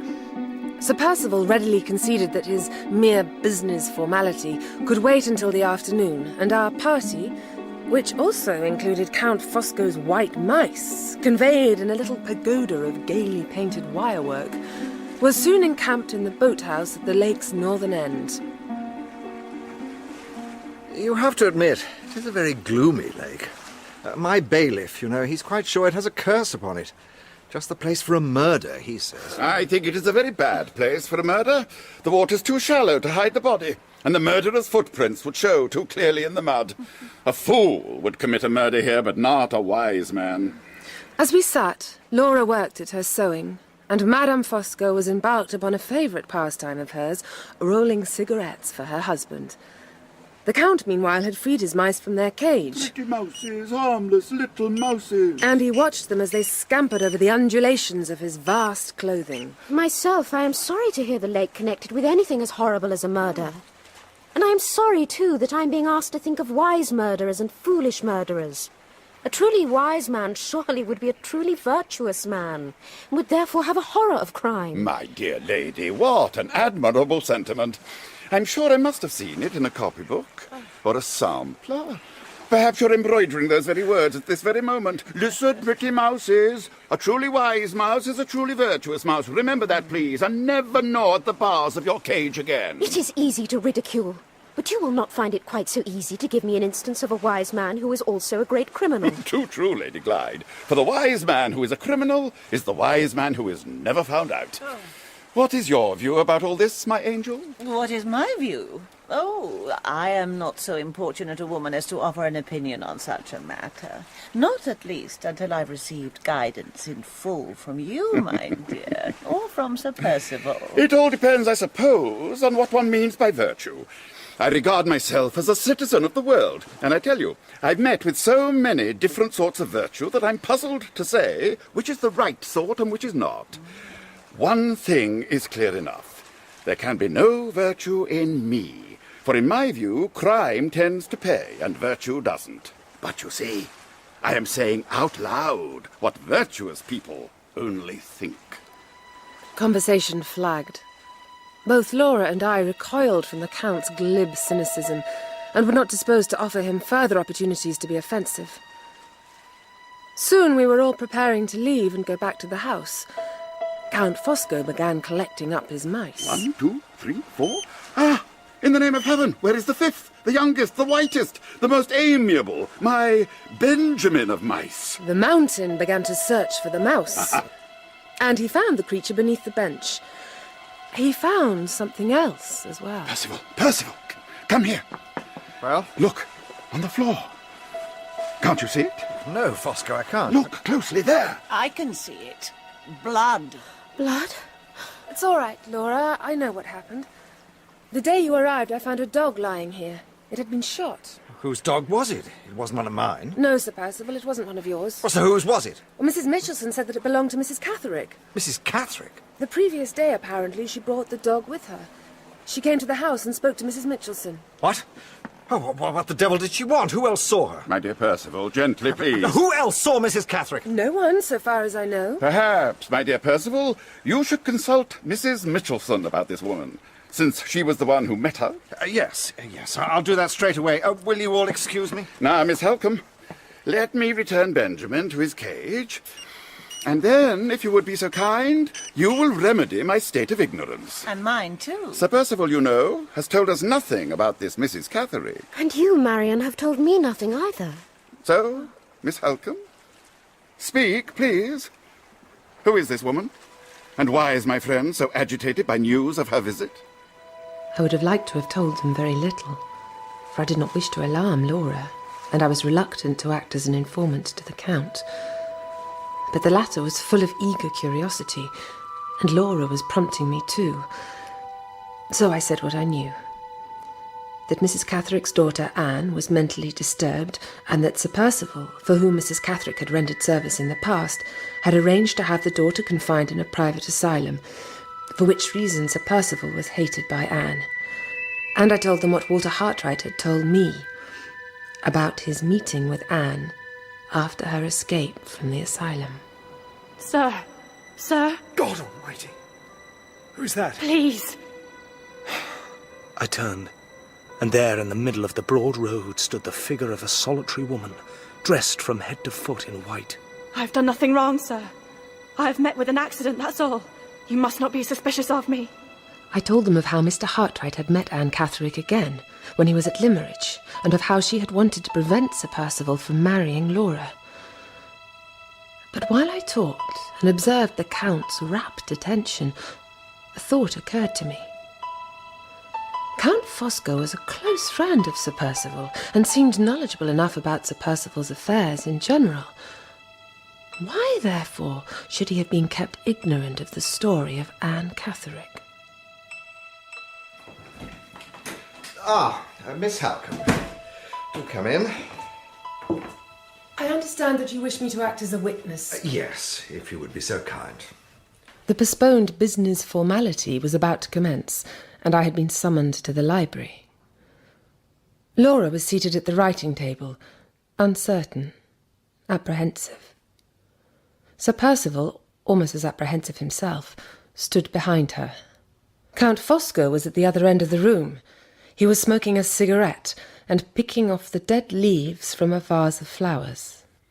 I'm afraid, Miss Halcombe, that I am to blame for you being given this duty. Sir Perceval had asked that my wife should be a second witness, but I, being Italian, am a wily, wary character, and prefer that the two witnesses be independent of each other. As it happens, there is no reason for your objection. The law of England... Yes, Perceval, I'm sure. But apart from the law of England, there is the conscience of Fosco. Well, your conscience is appeased. Oh, by the by, I'm obliged to leave you all for the rest of the day. It's a matter which can't be put off, I'm afraid, but I shall be back in good time tomorrow. Now, this is the document. No, keep it folded, please. If you would sign here, Laura. Fosco, witnessing a signature is not to be done by gazing out of the window. Sign here, Laura. What am I signing? Oh, my dear, it's a purely formal document, full of legal technicalities and so on. I haven't time to explain it now. But surely before my sister writes her name, she should know what the document says. Oh, nonsense, Miss Halcombe. It's nothing she needs to be concerned with, and even if I told her, she wouldn't understand it. Let me try to understand it.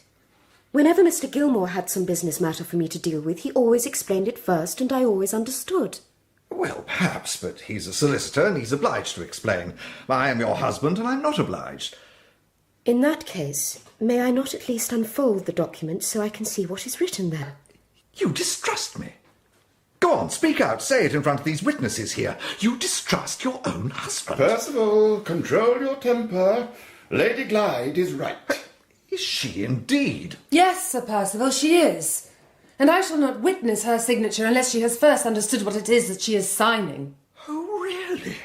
Well, next time you invite yourself to a man's house, Miss Halcombe, you might consider your conduct. Taking the wife's side in a matter which doesn't concern you, it's a poor way of repaying hospitality. How dare you? Laura, sign the document, please. I demand that you sign it. Sign the document. Calm yourself, Perceval. I will sign it with pleasure, if only you will treat me as a responsible being and allow me to know what the document is about. Count Fosco says I am right. Why do you treat his scruples so much more indulgently than mine? Scruples? It's rather late in the day for scruples. I'd have thought you'd have got over any weakness of that sort when you made a virtue of necessity and agreed to be married. A virtue of necessity? Perceval. I'll not sign the document. I'll not sign it until you let me read every word from the first line to the last. One moment, Lady Glyde. Come, Marian. Just one moment, I implore you. Is it absolutely necessary, Perceval, that this document be signed today? It is necessary to my plans and wishes. But it is possible for the signature to be put off till tomorrow? It can be, I suppose, if it must. Then put it off. Very well, then. Until tomorrow.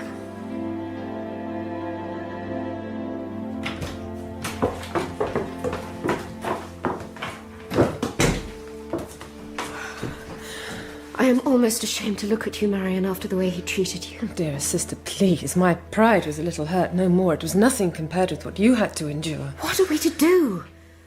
Perhaps I should sign the document so that he has no excuse to speak so vilely to you again. No, Laura, you should not. For that reason, least of all. Well, he has left us for a little while. Yes, gone to Welmingham, perhaps, to interrogate Mrs. Catherick about her daughter. Perhaps. But wherever he is, we have some respite. Oh, Marian, if only there was a friend to help us. A true, dear friend. Yes. The Count, I think, was on our side just now. For his own purposes, no doubt. I thanked him afterwards. Though he can't be trusted, perhaps his influence will ensure that Sir Perceval is more restrained in his conduct, that I am not thrown out of his home for my insolent behaviour. Marian, don't speak of such a thing. I have noticed such a change in Sir Perceval since he was here.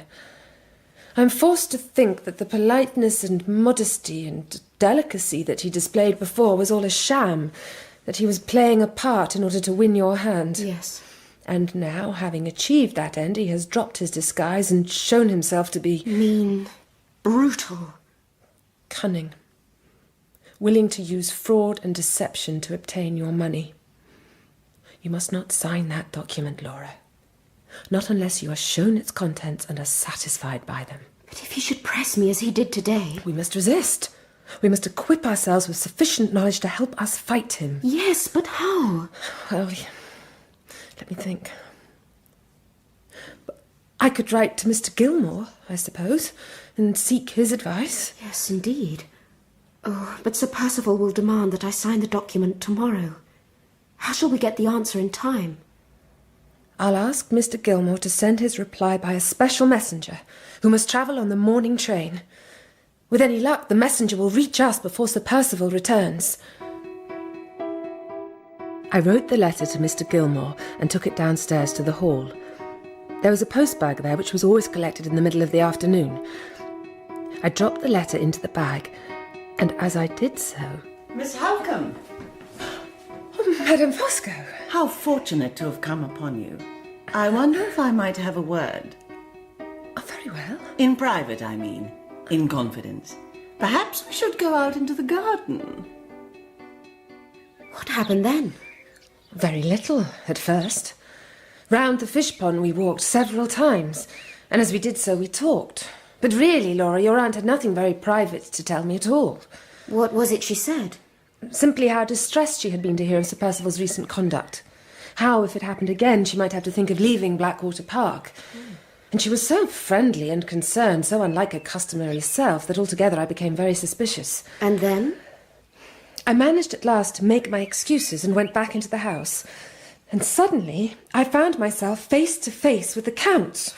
He was dropping a letter into the postbag. We exchanged a few words. He seemed unusually subdued. And then he went to join Madame Fosco. By now, of course, I was decidedly uneasy. I went straight to the postbag and took out my letter to Mr. Gilmore. Well? It was open. Oh, Marian. Perhaps I had not secured it sufficiently. That is possible. But there is another possibility. Yes, there is, and it distresses me to think about it. I have sealed the letter now and returned it to the postbag, so we must hope that it arrives safely. And we must take good care, dearest sister, that we are the first to read the reply. At Laura's suggestion, she and I went for an evening walk. There was a sense of blight in the misty, oppressive air. The flowers in the garden drooped, and the ground was parched and dewless. We arrived at the lake. You seem very fond of this dismal place. It's not the lake that attracts me, Marian, but the scenery around. The heath and the fir trees, they remind me of Limmeridge. Nothing else does, I'm afraid. I wish I had never left home. I wish I was poor and had never married. Or at least I wish I'd never married him. Oh, Laura. While we were in Rome, he and I rode out one day to the tomb of Cecilia Martella. It's such a beautiful ruin, so grand. It's built by a devoted husband to the memory of his wife. I said to Sir Perceval, before we were married you told me you loved me dearly. Would you build such a tomb for me? He looked away. At length he laughed and replied, if I do build you a tomb, it will be with your own money. Till that day I'd endeavoured not to think about Walter Hartright. I'd tried my hardest to push him from my mind. But since then, I've let the memory of him come back to comfort me. I've recalled the happy times we shared. I've pictured him and me as husband and wife, living a frugal, simple life. Happy, loving. Oh, Laura. I ought to tell you. Sir Perceval knows about him. He knows? Ever since I made that confession to Sir Perceval at Limmeridge, when I told him there was someone else. Ever since then, he'd wanted to know who it was. And one day in Rome, when the talk turned to my drawings, he challenged me outright. "Your drawing master at Limmeridge," he said. "Hartright, it was him." He read the answer in my face. He warned me that if he ever met Walter Hartright, he would horsewhip him, and that I'd repent my love for him for the rest of my life. My dearest, dearest sister. I'm so sorry. It's getting dark. Yes. We should be heading back. Laura, whatever's the matter? Look, over there. A figure. It's going across the heath. No, I can't. There, at the edge of that bank of mist. Oh, yes. It's stopped now. Is it a man or a woman? Not sure. A woman, I think. It's moving on again. Perhaps it's following us. I can't see it now. Marian, I'm frightened. Well, you needn't be. There's no reason why someone shouldn't be walking here. We're quite near the village, after all. Come on. Marian. Yes? I heard a noise. A twig blown off a tree. No, Marian, there's hardly a breath of wind. I heard it again. Stop. It's coming from behind us. We're being followed. Well, whoever it is, we should walk on. If there is anything to alarm us, the nearer we are to the house, the better. It's still following us. Oh, Marian.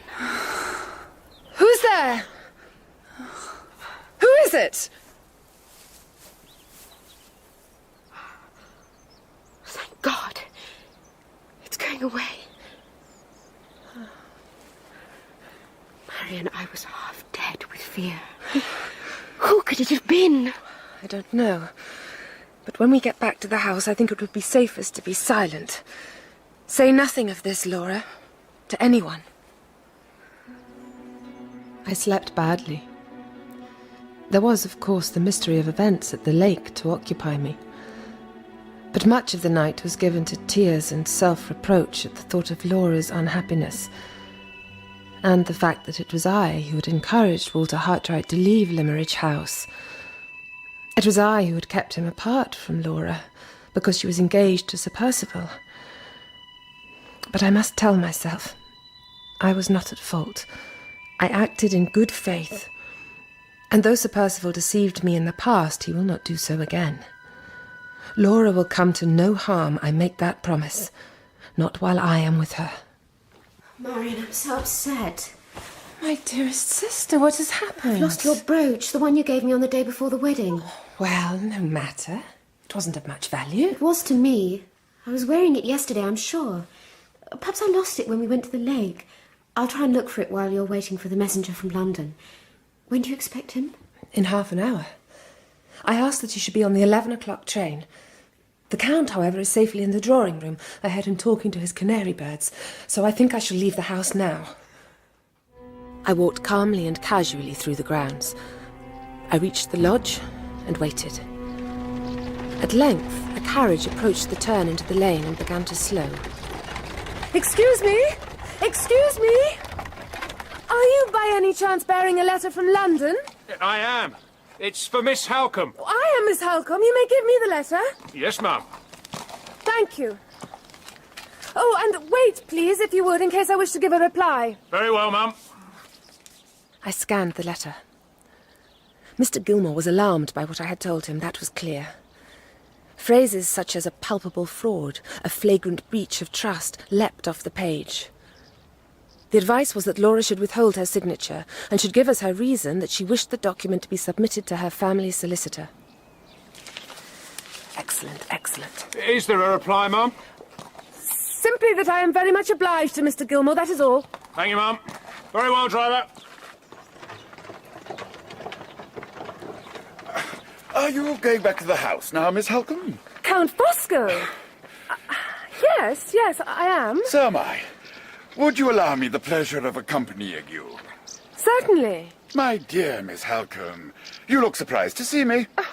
Let me make a confession. When my wife informed me that you'd come for a walk, I found that the pleasurable prospect of escorting you was too great to resist. Take my arm, dear lady, if you would. I took his arm and felt tainted by the very act. We walked. The Count said nothing about what he had seen, or about the letter that was in my hand, but it appeared from his manner that he had discovered enough to suit his present objective. We approached the house and found Sir Perceval awaiting us. So, here you are. Where's Lady Glyde? She lost a brooch yesterday and has gone to look for it. Well, brooch or no brooch, she has an appointment in the library this afternoon. I expect to see her in half an hour. Before then, Perceval, I'd like a talk with you, if I may. More scruples, I suppose. More objections about the document. I refuse to hear them, Fosco. I refuse. But the Count persuaded him, led Sir Perceval some distance away and spoke to him in low tones. It was of Laura and me he spoke, beyond a doubt. I went indoors, heart-sick and anxious. See, Marian, the brooch. Dearest sister, well done. Where did you find it? Oh, I didn't find it. Well, then who did? Anne Catherick. I have met her, Marian. I have met the woman in white. I'd walked through the garden and the wood, and I'd searched by the lake too, without any luck. And then I went into the boathouse and looked for the brooch there. And while I was looking... It's all right, Miss Fairley. You have no need to be frightened of me. My name is Anne Catherick. Anne Catherick? See? I'm wearing white. I always wear white, in remembrance of your mother. Such a kind, dear lady. You and I used to walk with her to the school in Limmeridge, do you remember? Happy days they were. Happy days. Miss Fairley, were you searching for a brooch? Yes. I have it here. You found it? Oh, thank you. She came up close to me, gently pinned the brooch to my dress. And her face, near to mine, was so pale and thin and weary. And I was startled because it seemed like my own face reflected, or rather my own face ravaged by illness and care. There we are. Now, Miss Fairley, you have your brooch back. Yes. I'm so very grateful to you. By the way, I'm not Miss Fairley anymore. Last December... Oh, yes. I know you're married. I call you Miss Fairley because I love that name, and the other name I hate. Did you see someone near the lake last night? Did you hear someone following you in the wood? Yes. That was me. I have come to this place to tell you a secret. A very important secret. About the man you have married. And once the secret becomes known, Miss Fairley, it will be his ruin.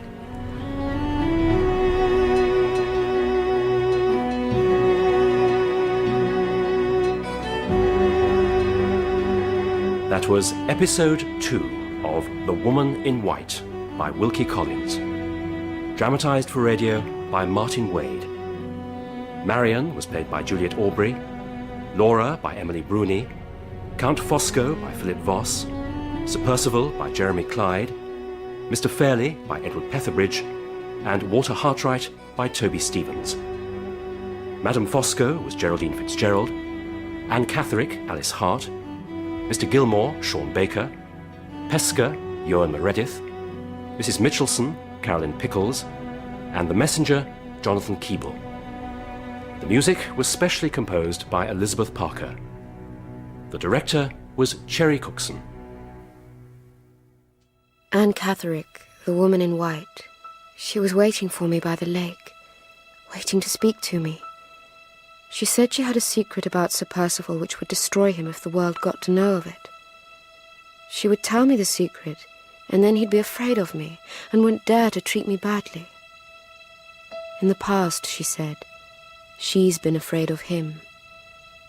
But now, it seems, she's afraid no more.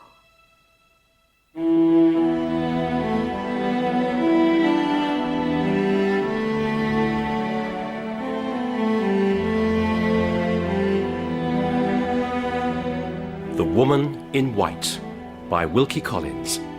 Dramatised for radio in 4 parts by Martin Wade. With Juliet Aubrey as Marian Halcombe, Emily Bruni as Laura Fairley, Toby Stevens as Walter Hartwright, Jeremy Clyde as Sir Perceval, Philip Voss as Count Fosco, and Edward Petherbridge as Frederick Fairley. Episode 3.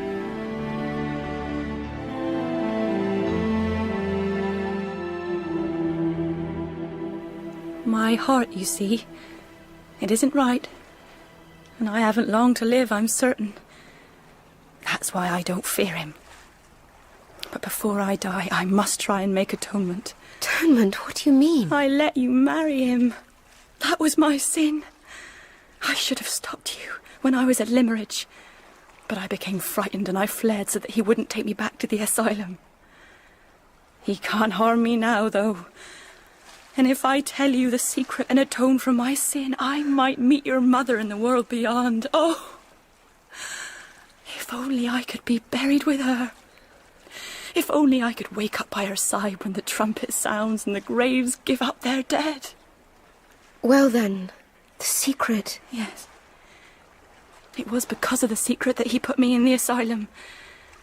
My mother knows the secret too. I learned it from her. Tell me what it is. No. Not now. Why not? I think there's someone watching us. There's someone listening. But come here tomorrow. At the same time, alone. I will tell you it then. Did you try to speak further with her? Yes, Marian, I tried, but she refused. She was determined to leave. Do you think she's telling the truth? Do you think there is indeed a secret that Sir Perceval is afraid of? I do. I judge her words by Sir Perceval's actions. And by his actions, it's clear he has something to hide. These journeys that he makes, they relate to Anne Catherick and her disappearance, I'm sure of it. He is determined to find her and prevent her from telling what she knows. Well, Laura, I must give you my news now. Mr. Gilmore has replied to your letter. He has. Here. You will see that he is highly suspicious of Sir Perceval's conduct, and is quite positive that you shouldn't sign a document whose contents are kept concealed from you. It should be sent to him first, he says, so that he may advise you. Good. Then I shall tell Sir Perceval so. Well, Laura, as it transpires, Sir Perceval won't be asking you to sign the document. He won't? Not for a while, at least. Why? What has happened? First of all, dear sister, I'm afraid that Count Fosco saw me when I received Mr. Gilmore's letter. Oh, Marian. He'd followed me without my knowing. And then Sir Perceval arrived back and Count Fosco spoke with him in private. And shortly afterwards the Count came to the drawing-room and informed me that the business of the signature is put off. How very strange. He discovered that I had written to Mr. Gilmore. He guessed, I suppose, that the letter I'd received was a reply. I can only assume, therefore, that whatever conclusions the Count drew from this were enough to persuade Sir Perceval to change his mind. Yes, but the question is, what are they planning now? Whatever it is, dearest Laura, the discovery of Sir Perceval's secret will surely help our cause. You must keep the appointment with Anne Catherick tomorrow. Oh, I will. It is to be at the boathouse, she said, and at the same hour as today. Yes, that would be 2:30, approximately. Very well. But this time, I'll come with you. She said I must be alone. No, I'll be nearby, and I'll make sure I keep out of sight. But of course we mustn't leave the house together. That would inevitably arouse suspicion. Well, then I'll go first. I'll finish luncheon a little early, and you will follow as soon as you safely can.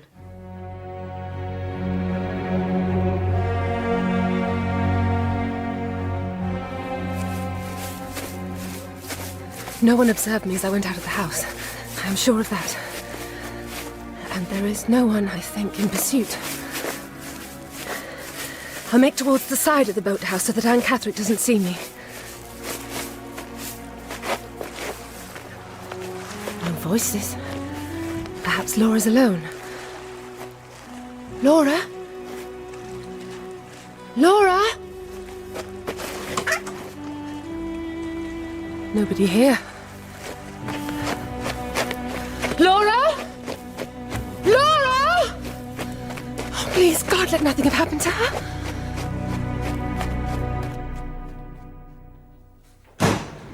Mrs. Mitchelson? Oh, Miss Halcombe. There you are. My sister, have you seen her? She went out for a walk. Yes, she came back a little while ago with Sir Perceval. I'm afraid something distressing has occurred. What? Has she had an accident? No, but she was in tears, and Sir Perceval has ordered Lady Glyde's maid to be dismissed. Dismissed, Mrs. Mitchelson? Why? I don't know. And however much I prompted poor Fanny, she wouldn't tell me. She says she'll stay in the village inn tonight and then go back to Cumberland. She has no friends here, she says. Where is Lady Glyde? In her bedroom, but you can't see her. Why ever not? The door's been locked. Sir Perceval's orders. I found Sir Perceval in the library, along with the Count and Madame Fosco. They fell silent as I entered. Am I to understand, Sir Perceval, that my sister is being kept under lock and key? Yes, that is exactly what you ought to understand, and perhaps you should take care, Miss Halcombe, that the same treatment isn't meted out to you. What? Perceval! How dare you? How dare you threaten me? How dare you treat your wife in this fashion? There are laws in England, you know, to protect women from cruelty and outrage. If you hurt but a hair of Laura's head, if you try to interfere with my freedom, I will have recourse to those laws, I assure you. You see, Fosco? You see? What have you got to say now? I say what I said before. This is wrong. It is very wrong. And I say this, Sir Perceval. If such conduct continues, I will no longer be able to take advantage of your hospitality. I'll not remain in a house where ladies are treated in this despicable way. Oh, will you not? Well spoken, my angel. Sublimely spoken. Thank you. As a rule, Perceval, my opinion directs and leads Madame Fosco's, but today, you see, the roles have been reversed. My angel, I'm at your service. If you wish us to leave this house, then leave we shall. So, Perceval, what now? What do you say to that? Have it your own way. Have it your own way, damn you, and see what comes of it. Go, before you go. Yes? The key to Lady Glyde's room, if you will be so kind. The Count, once he had received the key, handed it to me with great ceremony, and I hurried up to Laura's room. Laura, it's Marian! Marian, dearest. Oh, how glad I am to see you. You persuaded Sir Perceval? No, I'm afraid it is due to the Count that I am here, and to your aunt. Now, Laura, you must tell me everything. Did you meet with Anne Catherine? What happened? Why did Sir Perceval lock you in here? I shall tell you, I promise, but first you must tell me, has Sir Perceval relented? Am I still a prisoner? He has given way. You are, as the Count declared, mistress once more in your own house. You know, Laura, I am becoming ever more wary of Count Fosco. His influence over Sir Perceval seems to grow greater by the day. Please, don't talk of the Count. I hate him, Marian. I detest him. He is the vilest creature on earth. Laura. He is a spy, an informer. Shh. There's someone outside. Yes, it is I. Oh, Miss Halcombe. You dropped your handkerchief when you were downstairs, and I thought I would bring it to you as I was on my way to my room. Thank you. Thank you, Madame Fosco. Oh, Laura, she heard everything you said. Yes, well, what I said is true. I do detest the Count, and he is a spy. He's been spying on you, Marian, and he was spying on me and Aunt Catherine yesterday. He overheard a part of what she said to me. He knew that I was to meet her today, and he advised Sir Perceval as much. Where is the note, Laura? Sir Perceval has it. Sir Perceval? He was waiting for me. I just had time to read it, and then he suddenly appeared and took it from me. Oh, Laura! He demanded to know what Aunt Catherine said to me yesterday, every word, from first to last. And? Did you tell him? I was alone with him, Marian. He was gripping my arm so tightly. He was beside himself. He was like a madman. You told him everything? Yes. But he's certain I know more, and he swore he'd force the truth out of me. He thinks I've discovered his secret and told it to you. He's afraid that Fanny might learn of it also. That's why he's dismissed her, I suppose.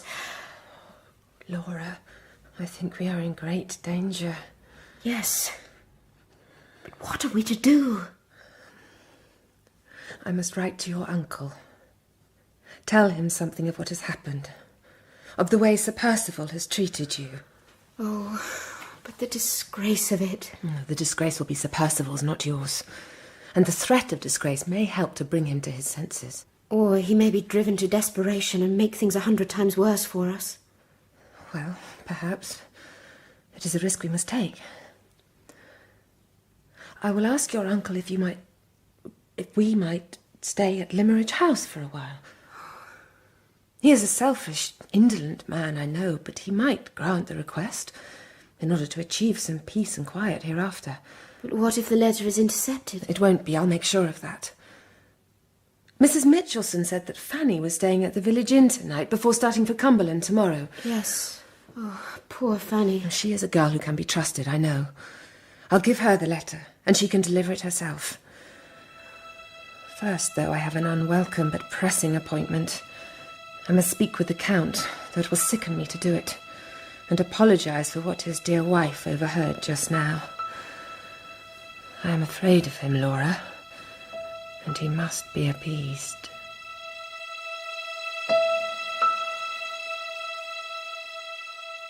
Let me assure you, Miss Halcombe, I keep no secrets from my husband. None, Miss Halcombe. When he noticed that I was distressed, it was my painful duty to tell him why. I feared as much. Count Fosco, let me earnestly entreat you. Miss Halcombe, there is no need. Lady Glyde spoke rashly and thoughtlessly. She did me an injustice which I lament, but I am unresentful. I forgive her. Let us all this instant dismiss the matter from our minds. Thank you. You are very kind. Thank you so much. My dearest Miss Halcombe, the pleasure is mine entirely. Give me your hand. Count. Yes, my angel? Miss Halcombe, being an Englishwoman, may not be accustomed to such demonstrations of civility. My angel, you are right. Miss Halcombe, my apologies. My sweetest wife, I will take your hand, if I may. I was sickened by the feel of the Count's fat fingers and the touch of his poisonous lips. And if Madame Fosco's tigerish jealousy had not come to my rescue, I cannot say if I would have maintained my degrading self-control. I hurried back to my room and sat down at the table to compose the letter to my uncle. And as I did so, I had the feeling that my writing things were not as I had left them in the morning, but were, perhaps, a little too tidily arranged. In future, I decided I would take no risks. I would always lock my door. Well? I have been to the inn, and the letter is safe in Fanny's hands. Or rather in the bosom of her dress, and there it shall stay, she says, until she delivers it. Do you mean to join us at dinner? No, not for the world. Laura, has anything happened? Sir Perceval was at the door hardly 5 minutes ago, demanding to be told where Anne Catherick is. He's certain, I know. Well, he hasn't found her yet, and one must be thankful for that, not just for her sake, but also for ours. While his efforts are directed towards finding Anne Catherick, he may not be quite so active in his persecution of us. I was exhausted by the heat of the day and by the trials and anxieties I had endured. I decided that before dinner I would go to my room and rest. Within minutes of lying down upon a sofa, I fell asleep, and in a dream a face appeared. A man's face. Listen. Listen. Walter Hartright! The wide ocean separates us, but I shall return, I promise, and give what help is in my power. That night when I met the woman on the high road, the woman in white, that night I dedicated my life to a purpose as yet unseen. I shall return. I shall visit the tomb of white marble, and I shall read upon the cross a newly cut inscription. And as I kneel by the cross, the shadow of a veiled woman shall rise up from the grave beneath. and the three of us shall be together once more. Till then, have courage and be resolute. I shall return. I awoke trembling. I'd never dreamt such a vivid dream before. I prepared for dinner and went downstairs. Within a few hours, I would need all the courage and resolution I could muster. The English, Miss Halcombe, they love to praise their oratorios, and the Germans, they praise their symphonies. Fosco. And together they pour scorn on us Italians, because, they say, we have failed to produce these higher forms of music. Fosco. My response is this. They forget Rossini. Rossini the immortal. Rossini the phenomenal. Fosco, I must talk with you. Well then, talk. No, I meant in private. Ah, then it must be later. I'll not abandon the ladies. It is close, is it not? It is indeed, Madame Fosco. Ah, but we will gain relief, ladies, and very soon. The weather will break, I promise you. There'll be rain tonight. I wonder, Miss Halcombe, was it you whom I saw a little earlier, taking a walk in the direction of the village? The village? No, I think not. Oh, perhaps it was Lady Glyde. I might have a walk myself. Before it rains, you know.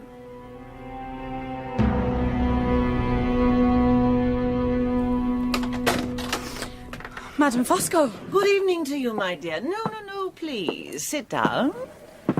What an unfortunate business it is, you having to leave us, and so suddenly. Yes, your ladyship, it is.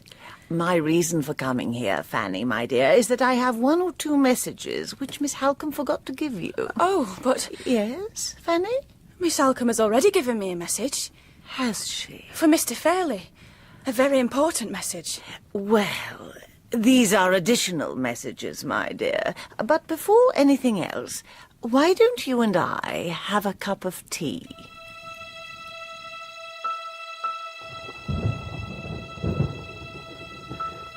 The Count was right, I think. A change in the weather. My head still aches. I ought to go to bed. I've been trying to write my diary, but my thoughts have wandered and have never reached the page. Outside, darkness. No moon, no stars. The rain will come, but not yet. Tobacco smoke. Someone must be on the lawn. Oh, yes, I can see a red spark. Ah, and here comes another. This one slightly larger. The first was a cigarette, the second a cigar. What's the matter? Why don't you come in and sit down? I'm waiting for Miss Halcombe to go to bed. See, up there?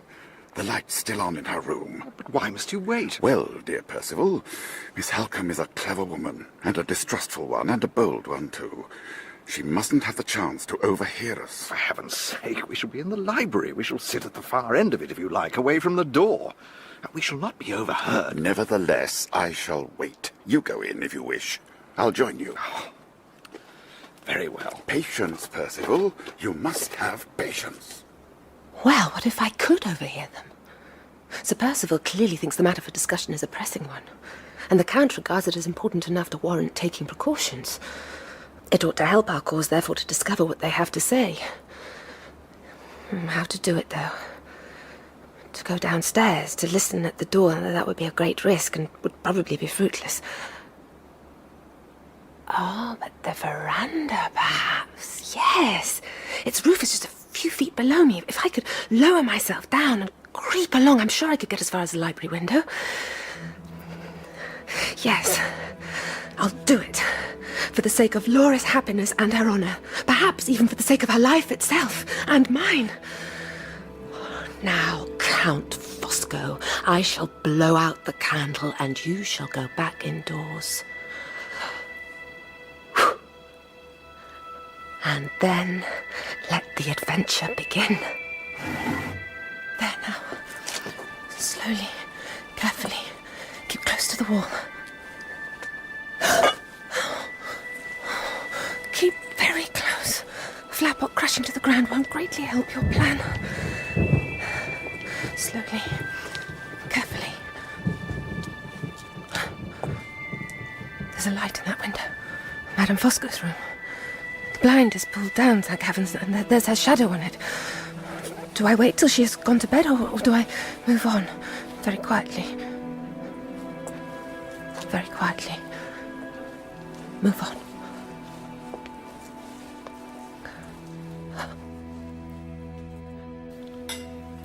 Will you have a brandy? Thank you, Perceval, but no. Eau sucré, nothing more. Sugar and water for a grown man? You can mix it yourself. Very well. So, yes? We must take action. Yes, and we must take it soon. We are at a crisis, Perceval. My crisis, perhaps, is a little less critical than yours, being a matter of some hundreds of pounds, in contrast to the thousands you are owing. Those hundreds, Fosco, you owe to me. Indeed, we both need money. My wife's money. Yes, but how to obtain it? Are we to use threats and brute force as the lower orders prefer? Or may we not find, as men of education and refinement, that quiet determination is the better way? Bear in mind, Perceval, we are dealing not merely with your wife, but with her sister too, who is sharp-witted, strong-minded, an altogether unusual example of her sex. A fine, glorious creature. I drink her health in my sugar and water. Do so. Damn the woman, I say. Damn the pair of them. Ah, you see? You've allowed them to provoke you. And that is why you have failed. From now on, therefore, you should leave the whole business to me. Tell me, Perceval, how much do you hope to get from your wife? 3,000 a year, once her uncle has died. Is the uncle old? No. Is he ill? No, he pretends to be. And the 3,000 a year is all that you can expect? That's right. Unless she dies, of course. Yes, of course. At last. At last. It's starting to rain. Unless she dies. Oh, God. If she were to die, what then? Well, assuming there were no children. Is it likely that there will be? No, Fosco. It is not likely at all. Then you would get how much? £20,000. 20,000? Good. Madame Fosco has gone to her window. She's pulling the blind up. She's looking at the rain, I suppose. There she is. Oh, don't turn this way, Madame Fosco, please. Oh, she's dropped the blind. Thank heavens. So, if you want money soon, if you want to make certain... No, Fosco, no. We shall not even talk of it. My dear friend, I'm simply stating the position. If you are to win the 20,000, and let us not be coy, if my beloved wife is to inherit too, then your wife, sadly, must die. It's very simple. Simple it may be, but I'll not have it, Fosco. I'm being practical, that's all. Businesslike. You and I need money. Your wife has the money we need. You've tried to get at it, but she has refused to sign that document of yours. And so? He means it. He does. If it's left to him, he'll have Laura killed. Then, of course, there is a second difficulty. And this second difficulty seems to have got itself mixed up with our little financial embarrassments. But it is your difficulty, Perceval, and yours alone. And it has altered you for the worse. The name of the difficulty, I understand, is Anne Catherick. I could draw your secret out of you if I wanted. I could, believe me. But if you wish me to respect your privacy, then I will. I have consummate self-control, Perceval. I'll not pry into this difficulty of yours. But I am nonetheless willing to help you out of it. Would you like me to help? Oh, yes, Fosco, yes, I would. It's more serious than the money, you know. Anne Catherick must be found. And if she isn't, there's no hope for me. Why? Because she knows your secret too? Yes. And because she knows it, you had her put in an asylum? Yes. She isn't mad, I take it? She's mad enough to be locked away. Just. And sane enough to ruin you when she's at large? Precisely. Who else knows the secret? Anne Catherick's mother. She told it to Anne. What about Lady Glyde? Well, in the note that I found, Anne Catherick wrote that she and my wife would talk about the secret again. So it's clear that my wife has knowledge of it. But also, there's a man named Hartright, a drawing master. He knows something too, perhaps. He and my wife... Yes? They were in love. Ah, indeed. Where is this Hartwright now? He's out of the country. And what about Anne Catheric's mother? Is she to be trusted? She is. She told your secret once? Yes, but she won't repeat her mistake. She has some interest in the matter, does she? She does. If I'm to search for Anne Catherick, I must know how to recognize her. I saw her from a distance only when she was at the boathouse. Oh, it's very easy to describe her. She bears a remarkable resemblance to Lady Glyde. Really? Imagine my wife after a severe illness, and you have Anne Catherick. Good heavens! And they're not related? Not at all. Well. Well. Why are you laughing? Oh, a rather fanciful little thought has just struck me. You'll like it, I think. Tell me. Oh, no. We've talked enough tonight. Time for sleep, Perceval, the sleep of the just. And when daylight comes, let us see what the magnanimous Fosco will do for his dear, dear friend. They said no more. They said all that I needed to know. More than I needed. I dragged myself back across the veranda roof, entered my room, and sank down upon the floor. I was drenched. I was frozen to the bones. And my heart was chilled by all that I had heard. After a while, I can't say how long it was, I roused myself and changed into dry clothes. And now a throbbing heat has replaced the cold. Was it 4 that struck? Or 5? I should lie down and rest, but if I do, I may lack the strength to get up again. Burning. Skin's parched. And I'm so very frightened. Please, God, help me.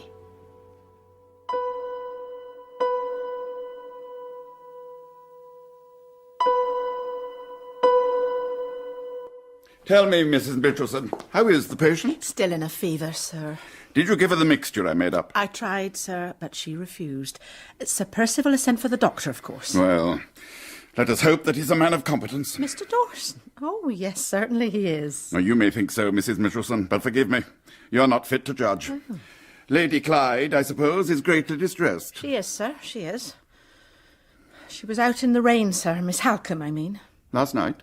Last night, sir. That's what has started her illness, I'm certain. The maid found a pile of clothes in Miss Halcombe's room. Soaked through they were. That's strange. That's very strange.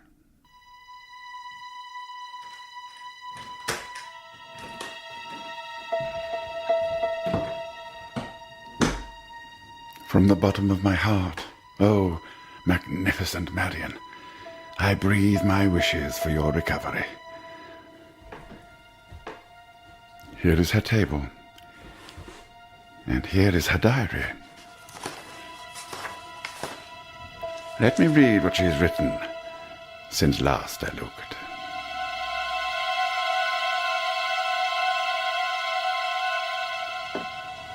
Mr. Fairley? I am he. You, I am given to understand, are called Fanny, and you are Lady Glyde's maid? I was, sir, till yesterday. Something is creaking. Creaking, Mr. Fairley? Yes. Very loudly. Please make it stop.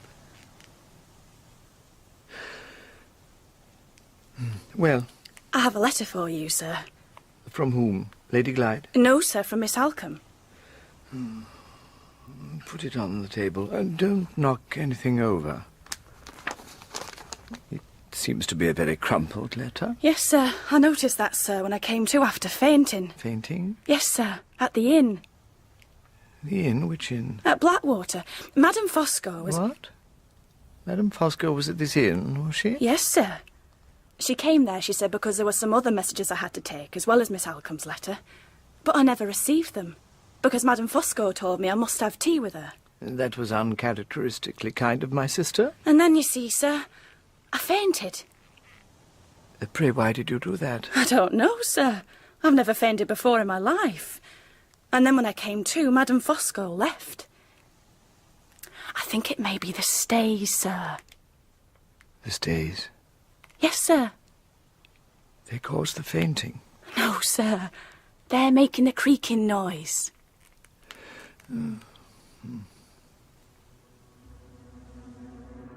I have read Marian Halcombe's diary. I have written in it, too. Just a few words of sincere homage and admiration. But now, I return the diary to the writer's table. Events are hurrying me away. Serious issues await me. Vast perspectives of success unroll themselves before my eyes. I, Fosco, must embark upon an extraordinary enterprise.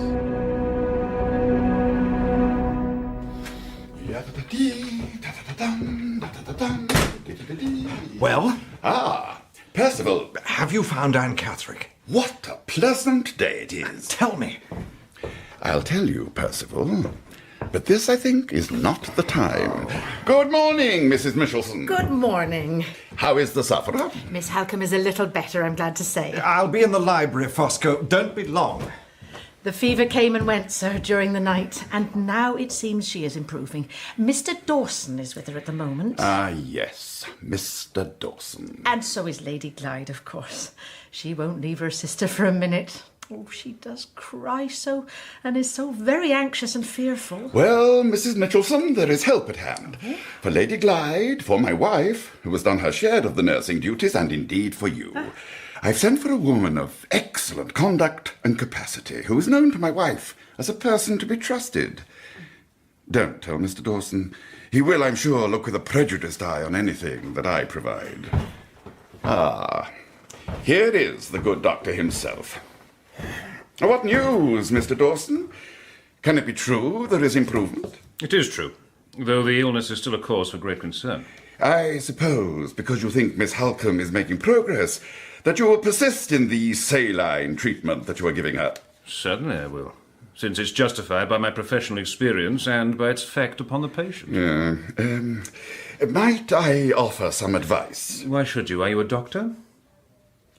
I have studied medicine. Perhaps you have. But it's not my habit to consult with amateurs. Well, let me make an inquiry then.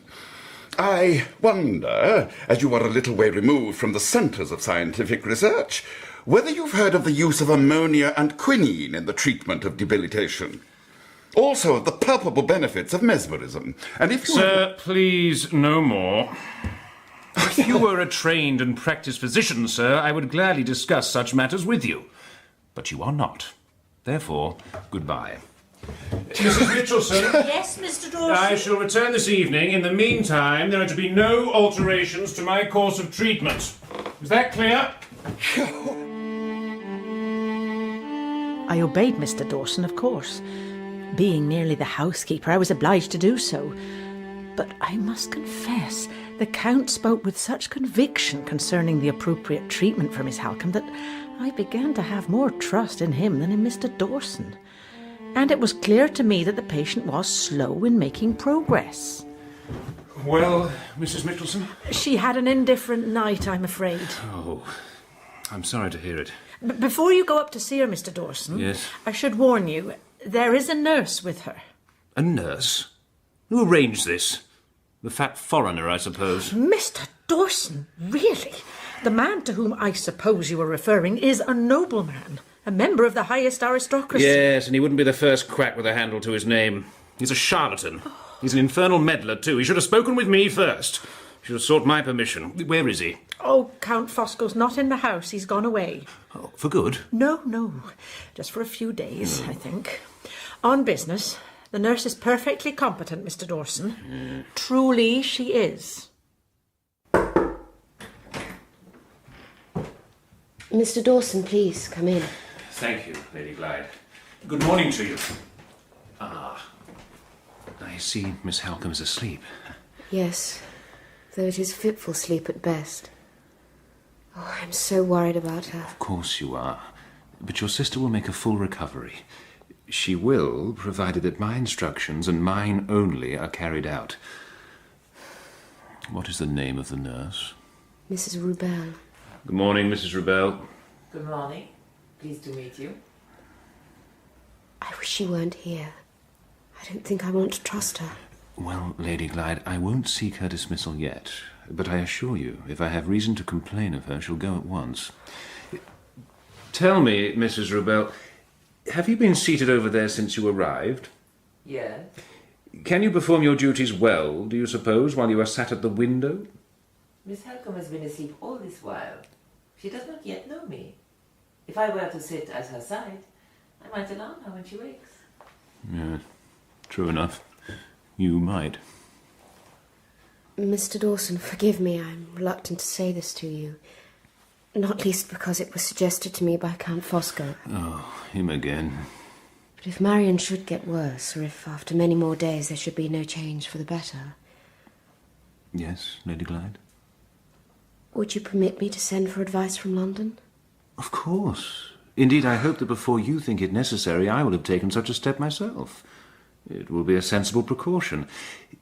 And it will also, I trust, give me the pleasure of exposing Count Fosco as either a fool or a fraud. 5 days of undisturbed tranquillity, that is all. 5 days in which to attempt to recover from the uncivilized intrusion of the young person who is Laura's maid, or was. And then on the 6th day, I'm to be visited again by the husband of my tiresome sister. Oh. Mr. Fairley? Count Fosco. What a delightful house this is. And what a veritable treasure trove is contained within this room. Shall I be seated? Please, but quietly, if you can. I see that you're in some distress. I'm always in some distress. I'm nothing but a bundle of nerves. Less than a week ago, I must tell you, I was put upon by a young person in service who had a bizarre tale to tell, and a crumpled letter from Marian, Miss Halcombe. Ah, indeed. Miss Halcombe. It seems that Laura, Lady Glyde, has had a falling out with Sir Perceval, and Marian, therefore, was demanding that I open Limmeridge House as a refuge for her. Yes, I am aware of this. I have to say I was not pleased by the letter. I think it is very unfortunate and very unfair that, having shown myself to be too considerate and self-denying to add a family of my own to an already overcrowded population, I should be made to suffer for other people's marital mishaps. Mr. Fairley... If I do have Laura back, is Sir Perceval not likely to follow her here? And is he not likely to demonstrate a violent resentment toward me for harbouring his wife? No, not at all. Mr. Fairley... I have written to Marian. I have asked her to come here alone and talk the matter over with me. If nothing else, the strategy will grant me some breathing space. Miss Halcombe has not replied to your letter. I'm glad to say she has not. The reason she has not replied is that events at Blackwater Park have taken a melancholy turn. Oh, have they? Must I hear about them now? Won't they keep? Sadly, no. Is anybody dead? Dead? No. Heavens, no. Oh, so glad. Forgive me, but I always like to anticipate the worst. It breaks the blow by meeting it halfway. Is anybody ill? Yes. Miss Halcombe. Is it serious? Yes. A fever. A fever? Is it infectious? Not at present. Not at present? Mr. Fairley, I am here, as it were, as Miss Halcombe's proxy. Since she is not well enough to plead her sister's case, I must plead it for her. Oh, must you? She is right. Lady Glyde cannot remain under her husband's roof. You must receive her here, and very soon. You need not be anxious about Sir Perceval. I know him. I am his oldest friend. He'll not pursue her here. You have my word on it. So, write to Lady Glyde, if you will. Do your affectionate and honourable duty, and invite her to Limmeridge House. Do it now. Now? Yes, so that I can take the letter back with me. She won't come, you know. Not while her sister is ill. She will come. She must. Not only do relations with Sir Perceval deteriorate day by day, but Lady Glyde's health and spirits suffer too, because of the marriage, because of her anxiety over Miss Halcombe. As for travelling arrangements, there is no difficulty there. I have recently taken a house in London, in St. John's Wood. Lady Glyde can be met at Waterloo Station, and she can stay with myself and your dear sister, and can continue the journey the following day. Nothing could be simpler or more convenient. Now, the letter. You have writing materials here, I see. Do mention the overnight stay in London. It will help to convince her.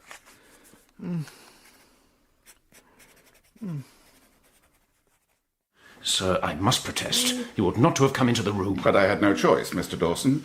The housekeeper has informed me that Miss Halcombe's condition has greatly deteriorated. So I'm here in the interests of sacred humanity. Excuse me. When did the change occur? Late last night. You should have called a physician from London. I have already done so, and when he arrives I will consult with him, sir, but with no one else. Ah, she begins to wake. You! Yes, my dear Miss Halcombe, it is I. You need have no fear. Go away, please! Go away! Leave her this instant, sir. Can't you see she's terrified of you? Well, Mr. Dawson, it is not to be wondered at. Irrational fears, hallucinations, these are to be expected in one who has contracted typhus fever. Typhus? No, it's not typhus. You're quite mistaken. I assure you, Mr. Dawson, there is no possibility of error. It is typhus fever. And your treatment, sir, is responsible for bringing it on. The Count was proved to be correct, as I thought he would. The physician came from London and confirmed the Count's diagnosis, but he gave us some small cause for hope. We waited. I prayed, as did Lady Glyde, who was very brave. And after 5 days, merciful Providence saw to it that Miss Halcombe's condition improved. The London physician visited again and declared that the patient was out of danger. Ah, Mrs. Mitchelson, come in. I've just heard, sir, that Mr. Dawson will not be returning here. That is correct. He's had something of a falling out with Count Fosco, and his pride, I suppose, has taken a bit of a knock, too. Yes, but, Sir Perceval, I do worry that there is no local doctor to attend on Miss Halcombe. No, it's not necessary. The man from London said so. She might suffer a relapse, though, and there is Lady Glyde to consider, too. Ah, Lady Glyde. Her sister's illness has greatly affected her. I almost feel that there should be as much concern for her as for Miss Halcombe. Well, Mrs. Rebel is still here, and she's proved herself to be more than capable. No, your fears, I think, are quite unfounded, and I would ask you, therefore, to give your full attention to a rather more pressing matter.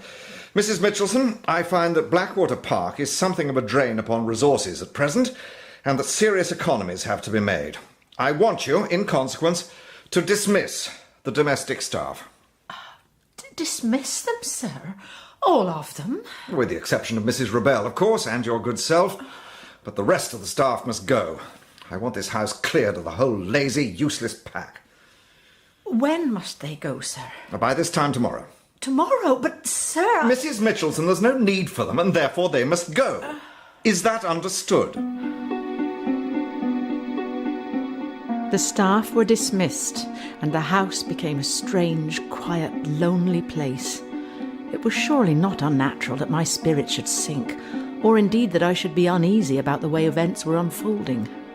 I became still more so when Sir Perceval declared that Lady Glyde and her sister, once they were well enough to make the journey, might benefit from a few days in the genial climate offered by Torquay. He instructed me to go there straight away and reconnoitre for a suitable place of residence. But I had a suspicion that I was being sent, quite deliberately, on an unnecessary errand. Come in, Mrs. Mitchelson. Thank you. Oh, your ladyship has gained in health, I think, while I was away. I think I have. And what of Miss Halcombe?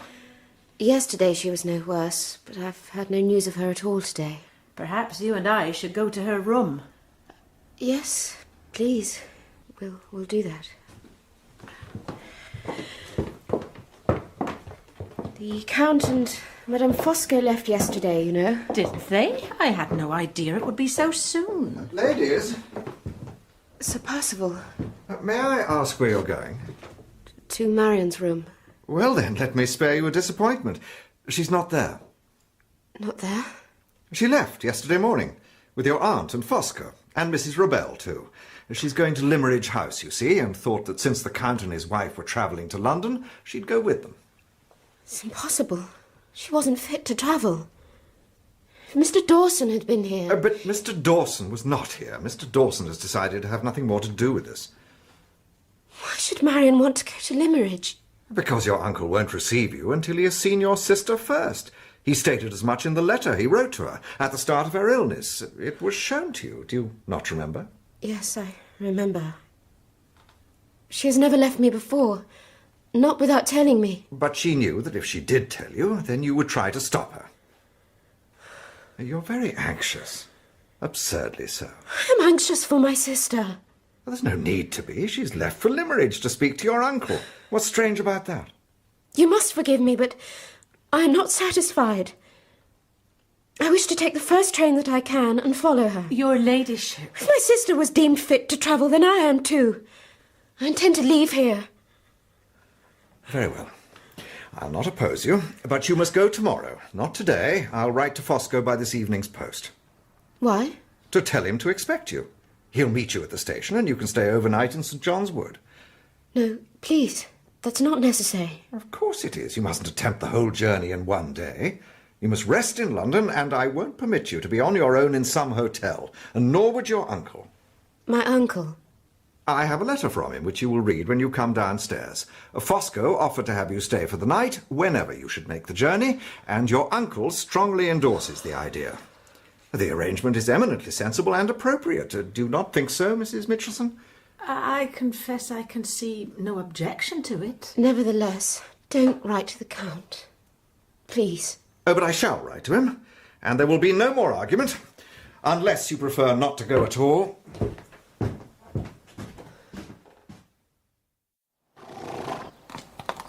The train doesn't leave for half an hour. You have plenty of time. Yes.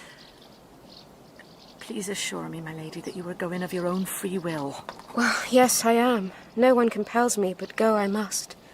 I am so fearful for my sister. Ah, here is Sir Perceval. You needn't have troubled to wait. Get in, please.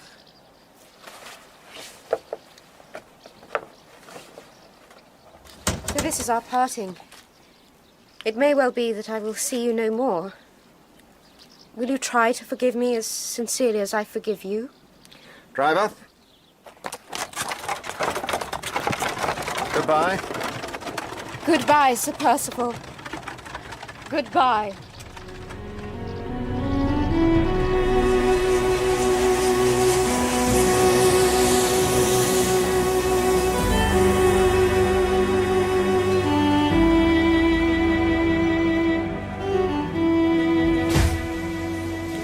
Lady Clyde. Oh, Count Fosco. How good to see you. Sir Perceval's letter reached me just in time. You had a pleasant journey, I trust? Thank you, yes. Tell me, please, where is my sister? Has she already left for Limmeridge? She has not. She is at my house. And we are going there now. We are indeed.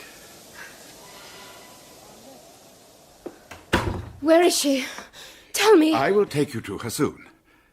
Who are those men outside? They are friends of mine. Medical men. The truth is, Lady Glyde, your sister's health has become much worse. Oh, no. The truth is, I fear for her life. Oh, do not say so. Lady Glyde. Help me.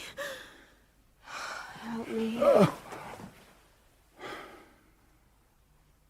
The afternoon following Lady Glyde's departure, I sat in the garden and tried to compose my mind.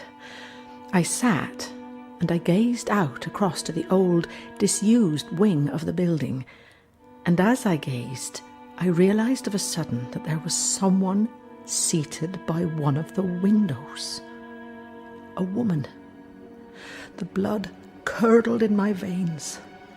The woman, I was almost sure, was Mrs. Rubell.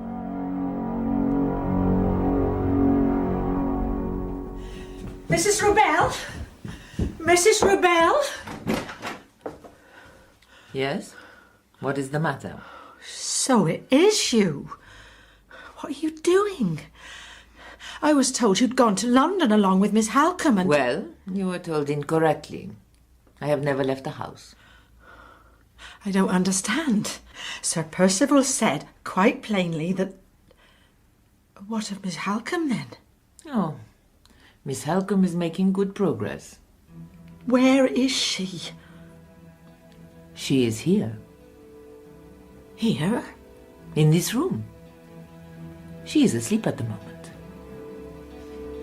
Come in and see her.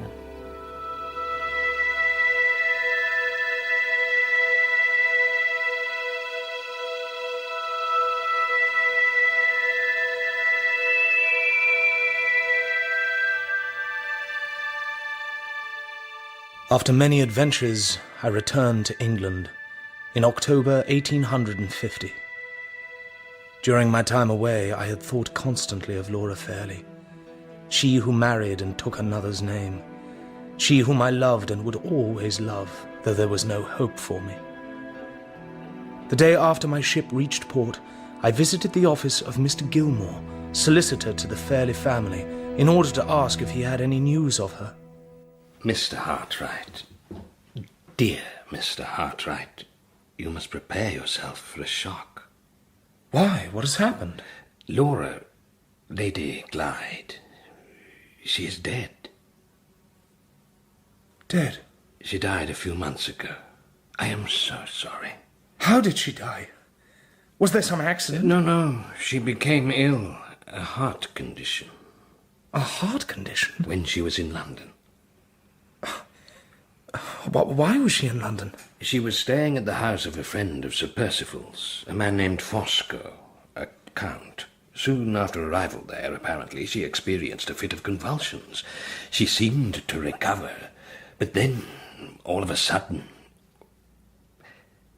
I ought to advise you that Miss Halcombe came to this office shortly after her sister's death. She was emphatic that her sister had never suffered before from any problem affecting her heart. To tell the truth, she was suspicious about the entire circumstances in which Laura died. Was she indeed? On her instructions, I made some inquiries, though it was a delicate business, as you can appreciate.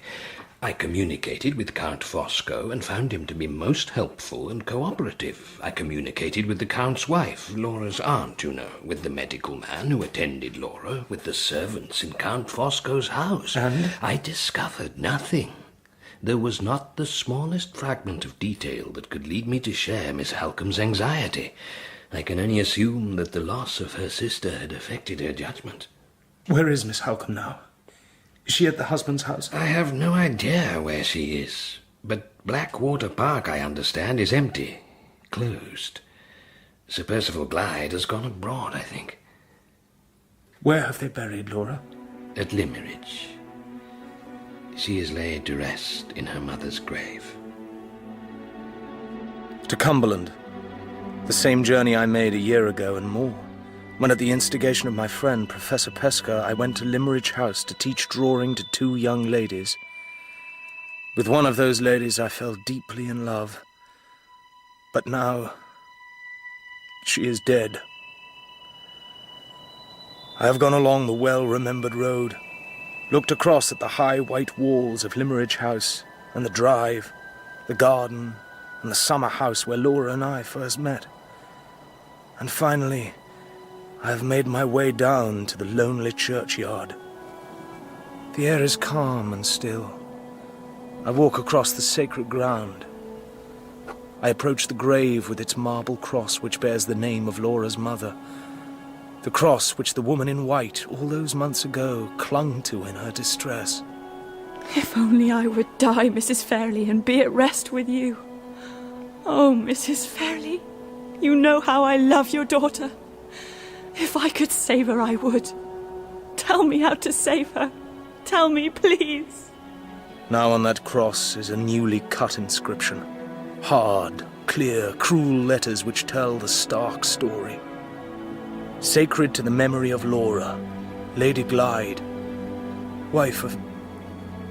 I turn my eyes away, refusing to read the name of that man who took her from me, who was not worthy of her. I kneel down, rest my hands, my head upon the broad white stone, close my weary eyes, recall our last tearful words to each other, when she promised that she would remember me. And I took her hand and kissed it. Oh, Laura. Laura, come back to me. Let my heart speak to yours. Laura, my love. Footsteps. 2 women in the cold clearness of the slanting light. 2 veiled women who are walking in my direction. They see me. They stop.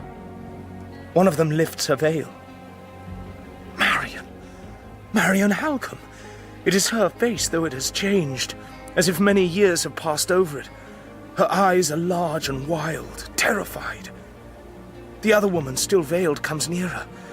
The shuddering of an unutterable dread creeps over me from head to foot. Walter Hartright. Walter Hartright. She has possession of me, body and soul. Oh, Lord God, strengthen him. Help him in his hour of need. She approaches. As she moves, her shadow falls upon the grave and then rises up. The tombstone stands between us. The cross, sacred to the memory of Laura, Lady Glyde. She lifts the veil. It is I. Laura! Laura!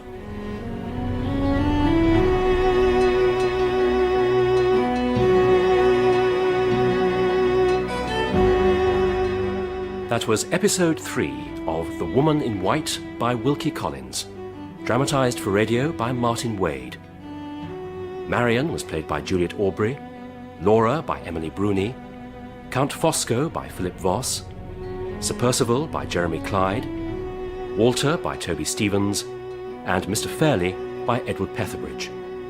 Madame Fosco was Geraldine Fitzgerald, Anne Catherick, Alice Hart, Mr. Gilmore, Sean Baker, Mrs. Mitchelson, Carolyn Pickles, Mr. Dawson, Jonathan Keeble, and Mrs. Rubel, Richenda Carey.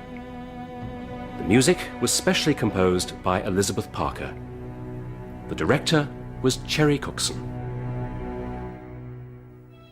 To others, Laura was dead. To others, it was Laura who had been buried beneath the marble cross in Limmeridge churchyard.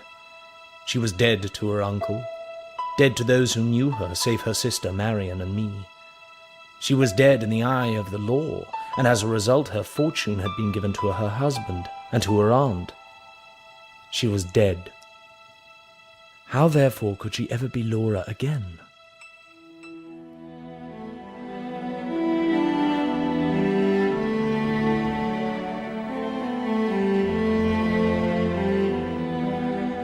The Woman in White by Wilkie Collins, dramatised for radio by Martin Wade.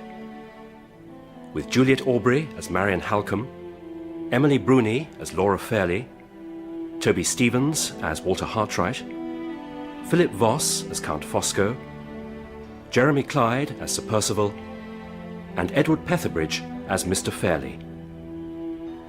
Episode 4. We took the London train from Limmeridge. Laura sat by my side. Her poor, innocent head laid trustingly on my shoulder. She is asleep, I think. Yes, the day's excitement has worn her out.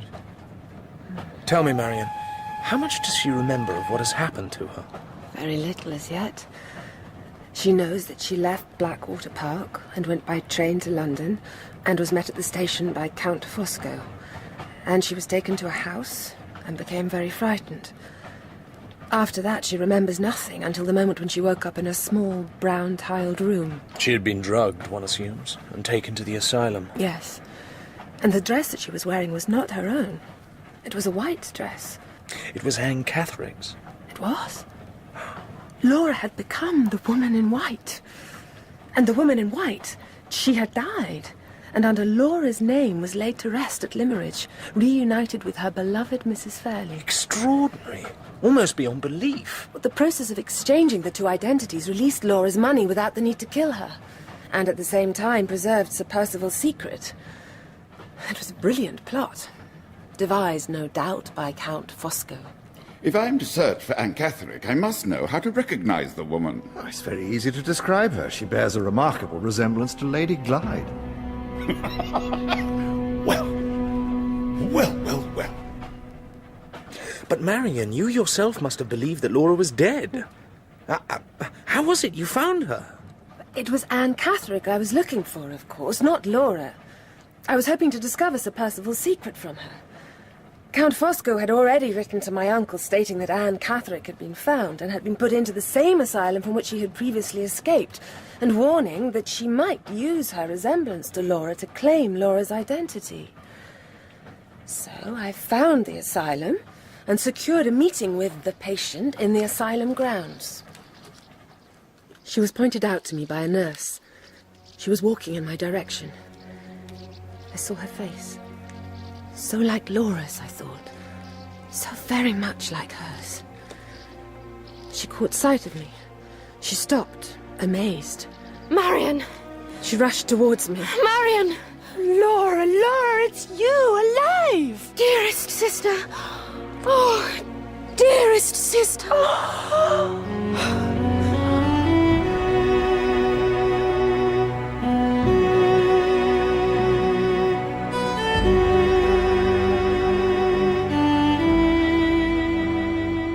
The three of us took humble lodgings above a news vendor's shop in East London. I earned some money from illustrations for various cheap periodicals, but we were very poor, for I had no savings, and all that Marian possessed had been handed to the nurse who was in charge of Laura to secure her release from the asylum.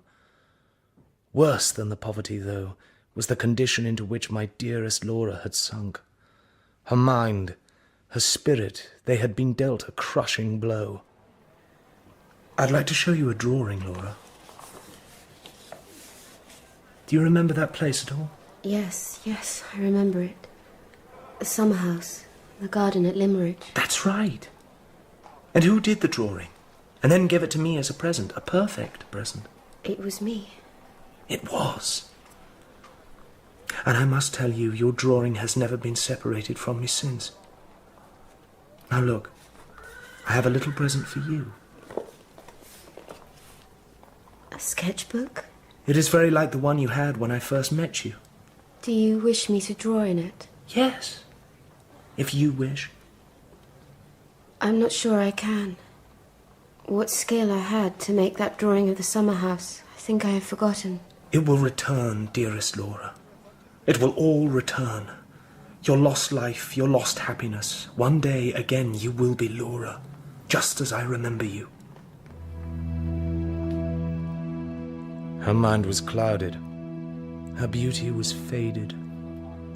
On account of her suffering, indeed, her looks bore a greater resemblance to Anne Catherick than to the Laura of old. I was determined, however, to restore her to health, and to restore her also to her true identity, redress the wrong that had been done to her. To this end, I decided first that I would pay another call on Mr. Gilmore, the Fairley family's solicitor. Sadly, Mr. Hartright, you haven't a glimmer of a case. You put it very strongly. I would dearly wish to believe what you've told me. Despite myself, I almost think I do. But as a solicitor, I must advise you that the evidence of Laura's death is all too plain. There is the statement which the Count gave to Mr. Fairley. There is the testimony of the doctor who attended the dying woman, and the death certificate that he provided. Well, yes. There is the fact that when Laura was taken to the asylum, let us call her Laura for argument's sake, she was received as Anne Catherick without question. There is the fact that in order to obtain her release, Miss Halcombe decided not to take the proper, formal steps, but bribed a nurse. And you and Miss Halcombe have now hidden the fugitive in London. What else could we have done? We are in fear for our safety. Mr. Hartright, please. I am simply stating the position from a legal point of view. When Miss Halcombe presented Laura at Limmeridge House, her own uncle failed to recognize her, the servants likewise. She is much changed. Her imprisonment in the asylum... Of course, I understand, but I'm afraid that as things are, you and Miss Halcombe are to be regarded as either foolish dupes or scheming accomplices. To be truthful, Mr. Hartright, you haven't much hope. Your only chance, perhaps... Yes? Your only chance would be if there was some discrepancy in the dating of events. If the death certificate, I mean, showed a date that was earlier than Laura's journey from Blackwater Park to London. Yes, I'd already thought of that. But unfortunately, the date of the journey isn't certain. Laura can't remember it, nor, says Marian, can the housekeeper at Blackwater Park. Count Fosco and Sir Perceval Glyde will know it, perhaps. But if you are right, you can't expect any help from that quarter. They may be forced to help, and indeed to answer for their crime. Oh, yes? Forced by whom? By me. You are very determined, Mr. Hartright. One last thing. Do you happen to know if Sir Perceval Glyde is still abroad? I do. He is not. I was speaking to his solicitor only yesterday. Sir Perceval has been in Paris, but is now returned. Indeed. Well, Mr. Gilmore, I am much obliged to you. Mr. Hartright, I wish I could do more. Oh, this letter came by post a day or two ago, for Miss Halcombe. Perhaps you could deliver it for me. Walter! Oh, you were so late. Yes, I'm sorry. I came a long way home. I was being followed. Oh, no. I fear so. But I hope, that I lost him at last. He was one of Sir Perceval Glyde's men, I'm certain of it. Gilmore informed me that Sir Perceval is back in England. Walter. He has heard, no doubt, of Laura's escape from the asylum and is very anxious to find us. Oh, we are in danger, then. We are. Grave danger. So tell me, what advice did Mr. Gilmore offer us? Precious little.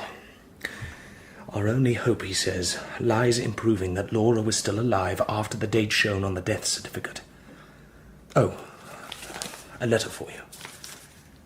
Do you recognize the hand? Yes. Yes, I do. It's Count Fosco's. Dear and admirable woman, I urge you, dwell in the valley of tranquility, and let the storms of life pass over you. If you have rash friends, encourage them not to threaten the interests of Count Fosco, lest he become a man of action. Let no one cross my path, Miss Halcombe. I will show no mercy. He's trying hard to frighten us, a sign, perhaps, that he is a little frightened himself. So, we should frighten him still more if we can. And Sir Perceval, too. The proof that Laura didn't die. The proof that we must show the world. I'll get it from them somehow. You begin with the Count. For my sake, Walter, pursue him first. But for Laura's sake, I must begin where there is the best chance of success. Yes, of course. The Count has no palpable weakness. Sir Perceval, however, does. His secret, yes! When Sir Perceval agreed to the plot against Laura, it wasn't merely money that drove him. He still thinks, that Laura knows enough to ruin him, that she was told it by Anne Catherick. Marian, my old superstition still clings to me. Though the poor creature is dead in her grave, the woman in white shows the way to the appointed end. My mind went back to that first meeting with Anne Catherick. I have a friend in London. She lives in Guildford Street. Promise you won't stop me from seeing her. Guildford Street, where Mrs. Clements, her faithful protectress, was living. I resolved to begin my search for the secret there. I blame myself for her disappearance. You mustn't do that, Mrs. Clements. Oh, but I do. We were in Hampshire. We were staying near Blackwater Park, and I met a foreign gentleman. A count he was. By this time, Anne was quite ill. She had a heart condition, I think. That's right. It seemed to come on after she heard that the day of the wedding was fixed. Between Sir Perceval Glyde, you know, and... Yes, I know. And when I told the Count about Anne's illness, he gave her a medicine, which made her feel stronger. He was most kind. And Anne had something very important to tell Lady Glyde. But the Count said that the lady had gone up to London, and that we should do the same, and meet her there. So we went up, and Anne stayed with me for a few days. And then the wife of the foreign gentleman called for Anne to take her to Lady Glyde, and they went away in a cab. I haven't seen her since. Mrs. Clements, I cannot help you find her. Indeed, you should not hope that she will ever be traced. Oh, Oh, no. But you can help me, Mrs. Clements, by giving me the information that I seek. About Anne and her family. You have known her, I believe, since her childhood. Oh, I nursed her from a baby, sir. The first time she said mother, she said it to me. Well, perhaps you can tell me about her actual mother, Mrs. Catherick. Were you a neighbour of hers? Oh, yes, sir. At Welmingham. Which is some 25 miles from Blackwater Park, I believe. Oh, that is right, sir. It was her husband who brought her to the town when he became parish clerk. Before that, she'd been in service at Varneck Hall, near Southampton, which was owned by a friend of Mr. Philip Fairley. The same Fairley who was Lady Glyde's father? Yes, but that's by the way. Mrs. Catherick, she held herself uncommonly high, she did. Thought she was far too good for her husband. Well, I don't like to speak ill of anyone, sir, but she is a heartless woman, with a terrible will of her own. And she's not a stranger to scandal either. Scandal? Yes, sir. There was another man, a gentleman so-called. His name? Sir Perceval Glyde. Did the husband ever find out about his wife's relationship with Sir Perceval? Oh, yes. Well, he'd suspected already because he discovered various gifts she'd had from Sir Perceval. But then he came upon the two of them near the vestry of the church, and they were whispering together. The men came to blows, and Sir Perceval was the stronger and beat the husband in the cruellest manner. And that same night, the husband left the town and was never seen in Wilmingham again. And Sir Perceval? Oh, the place was too hot to hold him. He left soon after. But Mrs. Catherick, despite the scandal, she stayed on. She did. The brazen hussy. She told everyone she was the victim of a dreadful mistake, that she wasn't a guilty woman, and that she wouldn't be driven out. You haven't yet explained how it was that Anne was trusted to your care. Very simple, sir. Mrs. Catherick seemed to hate the helpless little creature from the day it was born, and there seemed to be nobody else to look after her. But when Anne was 10 or 11, Mrs. Catherick took her away from me.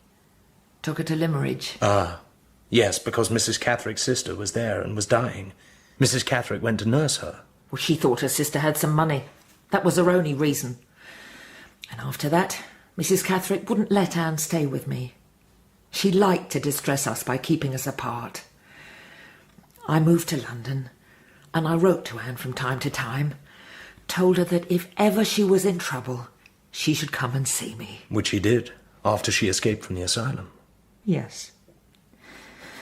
Oh, poor Anne. My initial inference, of course, was that Sir Perceval's secret must be connected with Mrs. Catherick's disgrace. But from what you say, the disgrace wasn't a secret at all. Not in Welmingham, at least. Exactly, Marian. And it seems Sir Perceval made no attempt to take Mrs. Catherick away from the town. It's as if he were happy for her to stay there. Yes. So perhaps Mrs. Catherick was speaking the truth when she said there had been a dreadful mistake. Perhaps Sir Perceval even encouraged the notion of Mrs. Catherick's disgrace to divert from himself some other suspicion. So when he and Mrs. Catherick had their encounters, they weren't pursuing a liaison at all. Not an amorous one, at least. They were meeting for another purpose. What purpose, though? Well, I must pay a call on Mrs. Catherick, must I not? And do my best to find out. Morning came. I packed a bag for the journey to Welmingham and sat down to speak to my poor, dearest Laura. You are going away? For how long? Not long, I think. And when I return, I can give you more lessons in your drawing. You are not tired of me, I hope. You are not going away because you are tired of me. No, Laura. I'll try to get better, I promise. I'll try not to be so pale and weak and useless. I'm such a burden at present. Laura. You will start liking Marian more than me. My dearest. You will, because I'm so helpless. Laura, listen to me. One day you will be well again. I know you will. But whether you are well or not, I love you. I love you as much as I have ever done, and I will love you forevermore. Remember that. Please, my dearest.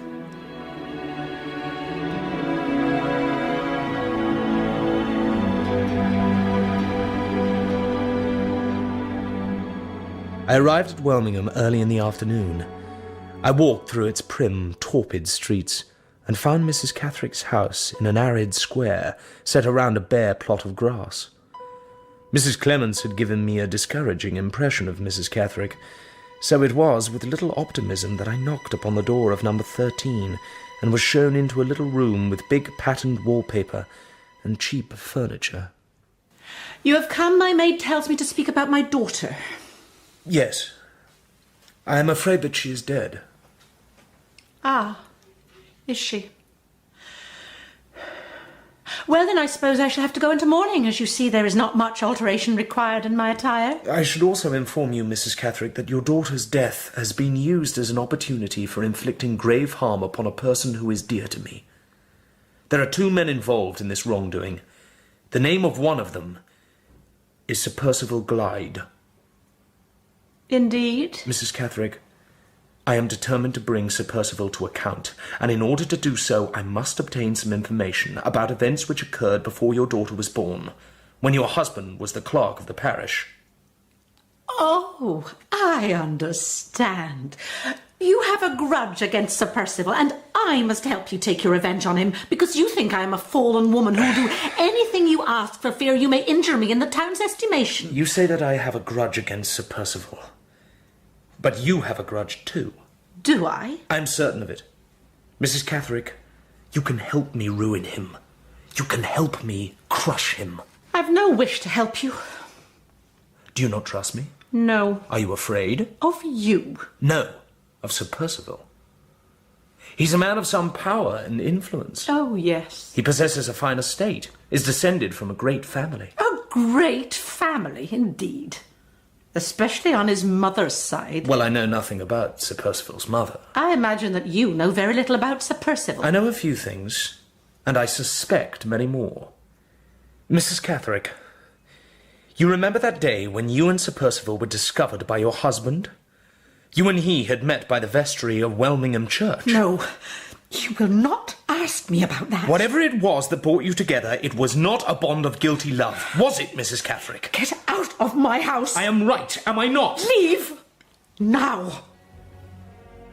My reference to the church vestry had been little more than casual, but Mrs. Catherick's response persuaded me that Sir Perceval's secret must be associated with that place. Also, her snide remark about Sir Perceval's mother opened a line of thought about Sir Perceval's parentage, which could well have some connection. If there were a marriage register in the vestry of Welmingham Church, might the secret perhaps lie there? 2 men. Look, beyond the churchyard wall. I think I recognize one of them. He followed me when I was in London. Yes, but I wasn't followed from Mrs. Catherick's. These men have been waiting for me. So, my suspicions about the vestry were correct. Sir Perceval was afraid that my investigations might lead me to the church, and he's got his men here in advance. Ah, and here's another fellow. If you wish to go inside, sir... Yes, I do. Then I can help you. I'm the parish clerk, sir. Excellent. It's parish records that I wish to see. They are kept in the vestry, I take it? They are, sir. Come with me. Where are you from, sir? London? Yes. Now, this lock is a very perverse lock. It ought to have been changed, as I've said to the church warden 50 times at least. But you see, nothing gets done round here. Not like London. There we are.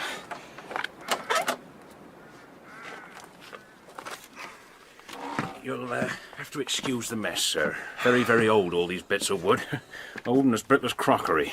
They're meant to be sent away to be mended, but as I say, nothing gets done round here. So? You'd like to look at a register? A marriage register. Right. Now, what year was it you want, sir? Let me think. 1804, and then working backwards. 1804. I hope you'll excuse me for saying so, but, that cupboard doesn't seem a very secure place for such important books. Shouldn't they be kept in a safe? Well, bless me, sir. But those are the very words my old master, Mr. Wansbury, used to say. A solicitor he was, and vestry clerk, too. Vestry clerk? Yes, sir. The vestry clerk deals specifically with business relating to the vestry. Fancy you living in London not knowing that. Here, Register of Marriages, 1800 to 1810. And these are the entries for December 1804. Thank you. December... November... So, as I was saying about Mr. Wansborough, fearful as he was that a register might get stolen or destroyed, he made copies of the registers here and kept them in his office in Knowlesbury. Of course, he's long gone, but his son's in the same line and in the same office. It was young Mr. Wansborough got me the position, after the previous parish clerk left in a hurry. Catherick, his name was. Yes, I've heard about him. December 1803... November... Will you be a while, sir? I hope not. October... September... What is the name you're looking for? Glyde. G-L-Y... Got it!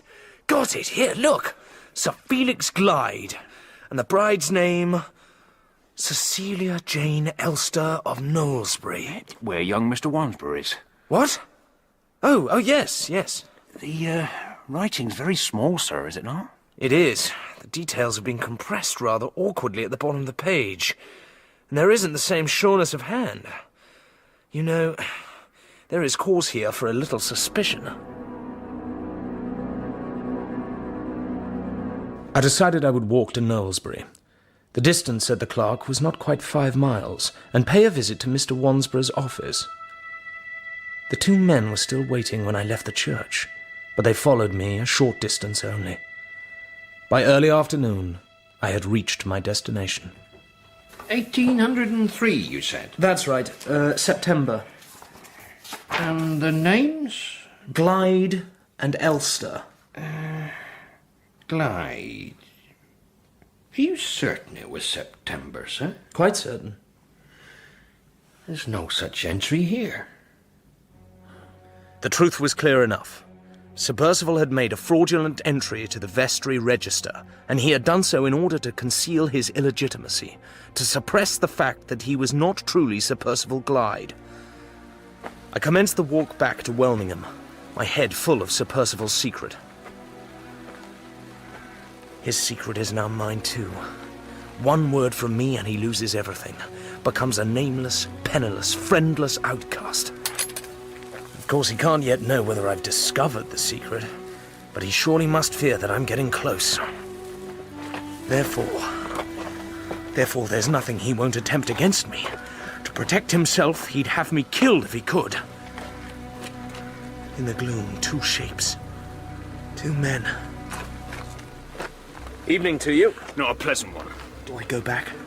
Attempt to run past them? Very well, then. I'll stay and fight!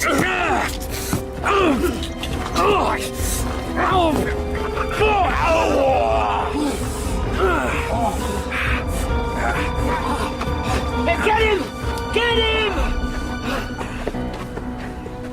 They kept up the pursuit, but I took a turn down a footpath and across the fields, and I lost them. I discovered a lane, and after following its muddy windings, I at last found myself in Welmingham once more, in front of some cottages on the other side of the church. Sir, wait there. Yes, you, sir. From one of the cottages, a man with a lantern came hurrying towards me, the parish clerk. Where are the keys? Where are they? They were hanging up in my kitchen. Have you taken them? No, I have not. You mean the keys to the church, do you? Yes. Give me the lantern, quick. It must have been that young man, then. Or his master. His master? They were here about an hour ago. Sir Perceval, the young man called him. Lord save us, look at the skylight. My God! The vestry's on fire. You better go back. Get whatever help you can. Yes. Lord save us. Fire! Fire!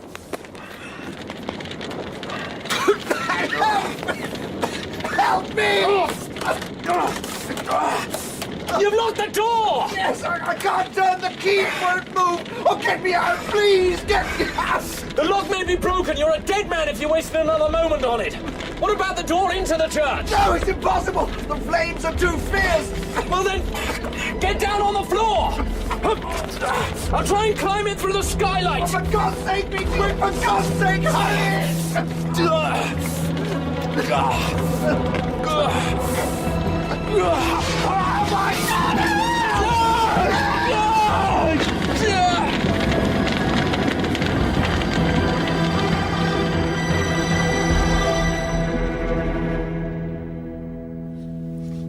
must say I'm very surprised that you chose to risk your life for him when you had claimed to be his enemy.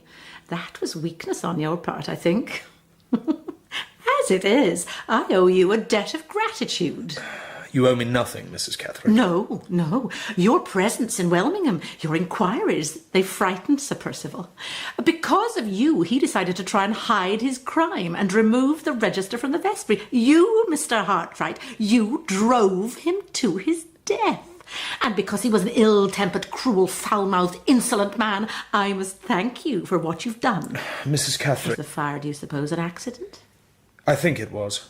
There was a large amount of old wood stored in the vestry, and it will have caught alight very fast. But what was needed was for a lantern to overturn. But Sir Perceval's fatal error lay in the fact that he locked the door behind him to ensure that he wouldn't be disturbed. The lock, I'm afraid, was faulty. Mrs. Catherine, I have one or two unanswered questions still. If, as you say, you wish to do me a favour, then all you need do is satisfy my curiosity. Sir Perceval's parents, for instance, why did they never marry? The mother was married already, so the couple lived together as man and wife, and no one in the area supposed them to be anything else. What happened when the father died? Well, there was no difficulty at first. Sir Perceval took possession of the title and the property, and his right to do so wasn't challenged. But he discovered that in order to borrow money on the property, he must have proof of his parents' marriage. So he hit upon the idea of forging an entry in a marriage register in a parish near to where his mother had lived. And he made the acquaintance of the parish clerk's wife and gave her gifts. And in return... I obtained the keys to the church vestry. Did he volunteer his reasons for wanting them? No, but I persuaded it out of him. What happened after your husband left you? Did Sir Perceval assist you at all? Oh, yes. I've been receiving a yearly allowance from him ever since. You'll be sorry to lose that. I've saved enough in the last 20 years. I'll be comfortable, thank you. I assume there was a condition attached to the allowance. You had to keep silent about Sir Perceval's secret. Yes. Also, I had to stay in Welmingham, so that he would always know where to find me, though he would let me go to Limmeridge when my sister was dying. Anne claimed she knew the secret. No, she never knew it. She knew that there was such a secret and that it could ruin him. I had revealed as much one day in her presence when I had read a letter from Sir Perceval and had found it insulting and angrily blurted something out. And the next time Sir Perceval came to the house, Anne, in turn, was angered by him because he called her an idiot. So she threatened him by repeating what she'd heard from me. That sealed her fate. She was soon in an asylum. Yes. Not a pauper's asylum, a private establishment. I insisted on that.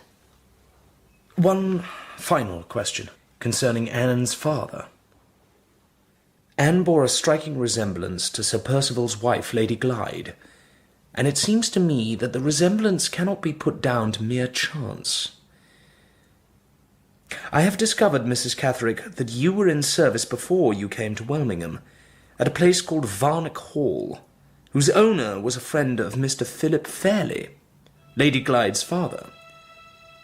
Is it possible, I wonder, that while you were in service at Varnock Hall, Mr. Fairley came to stay there for a while? Well, Mrs. Catterick? It's possible. You were, as you said yourself, a handsome young woman. No doubt Mr. Philip Fairley found you so. Well, Mrs. Catterick?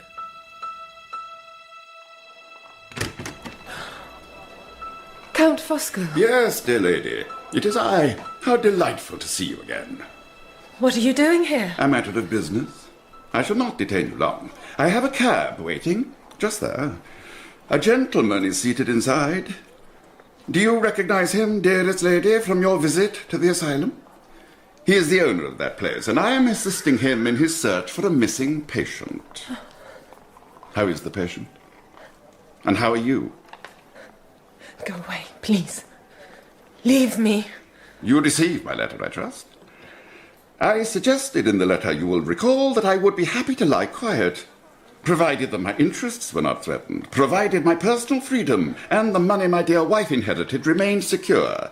Well, it seems now that my interests may be threatened. Why? Sir Perceval is dead.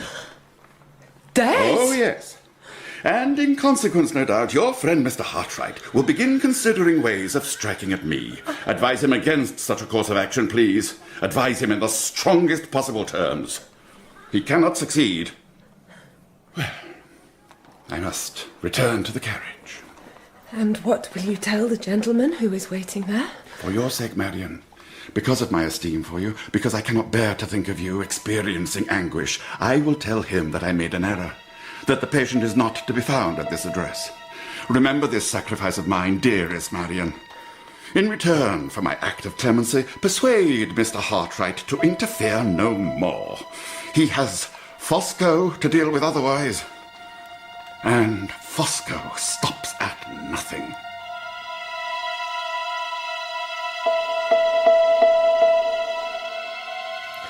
Walter. Yes?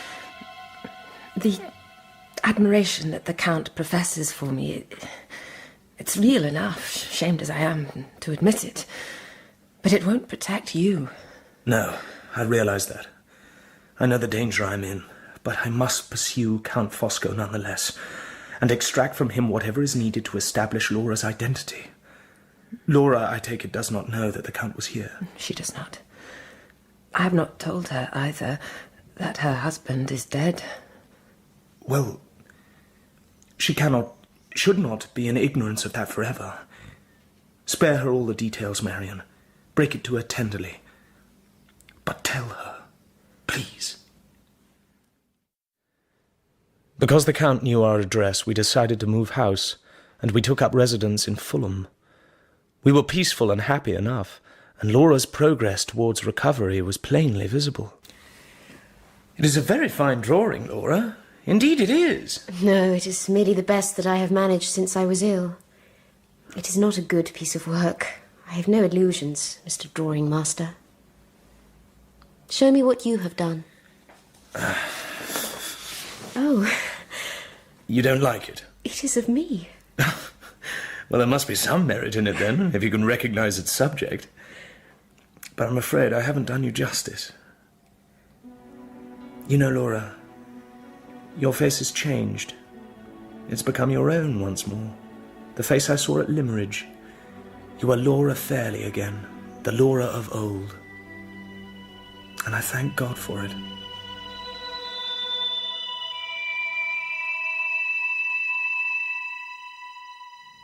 She has said nothing to me, and yet I see as plainly as you do, Walter, that the situation cannot go on as it is.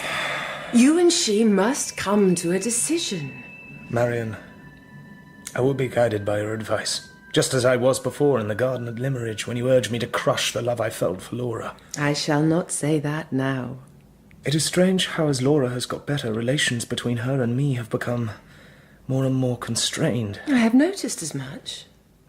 It's as if we were indeed back at Limmeridge, and I was the drawing master, utterly captivated by her, but unable to tell her what I feel. Well, if you cannot tell her, then I must do so for you. That day in the garden, I said there was no hope for you. Let us see if things are changed. Shedding a tear, she kissed my forehead and left the room. My life was at a turning point. I sat and waited a long, breathless interval. Scenes from my days at Limmeridge presented themselves. The garden, the summer house, the place above the beach where Laura sat and sketched, and I guided her hand. Walter? Laura entered, alone. Dearest Walter. The answer is yes.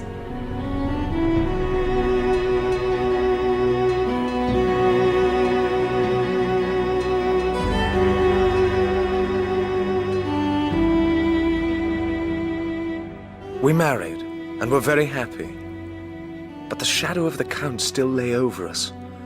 Clearly it will be helpful in the struggle to come for me to know something about the man and his past life, which so far was an impenetrable mystery.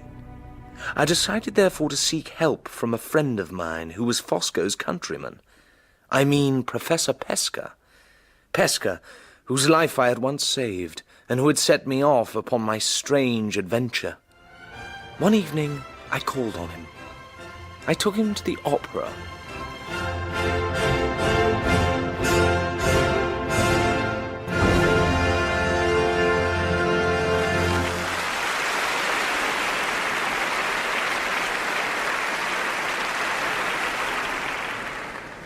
Pesca, I'd like you to take another look at that gentleman, if you would. I told you, my good dear chap, I don't recognize him. Take a look at him nonetheless. What did you say his name was? Fosco. Count Fosco. Well, I'm afraid I know neither the name nor the man. Why should I? Is he famous?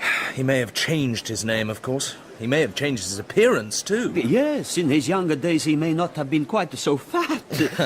Tell me, how are you so sure that he would be here tonight? I've been spying on him. Followed him to the box office this morning. Pesca, he's turning this way. Yes. My God! He's looking straight at me, Hartright. He is. And though you say you don't know him, he certainly knows you. Oh, he stares. Perhaps I'm famous. He doesn't seem very happy. You're right, he doesn't. He's lost some colour. Seeing you, Pesca, has made him thoroughly alarmed. Ah, he's decided to leave. Quick, Pesca, this way. Hurry, Pesca. I think he's escaped us. Yes, the other fellow's disappeared too. What other fellow? There was a fair-haired man with a scar on his left cheek. Did you not see him?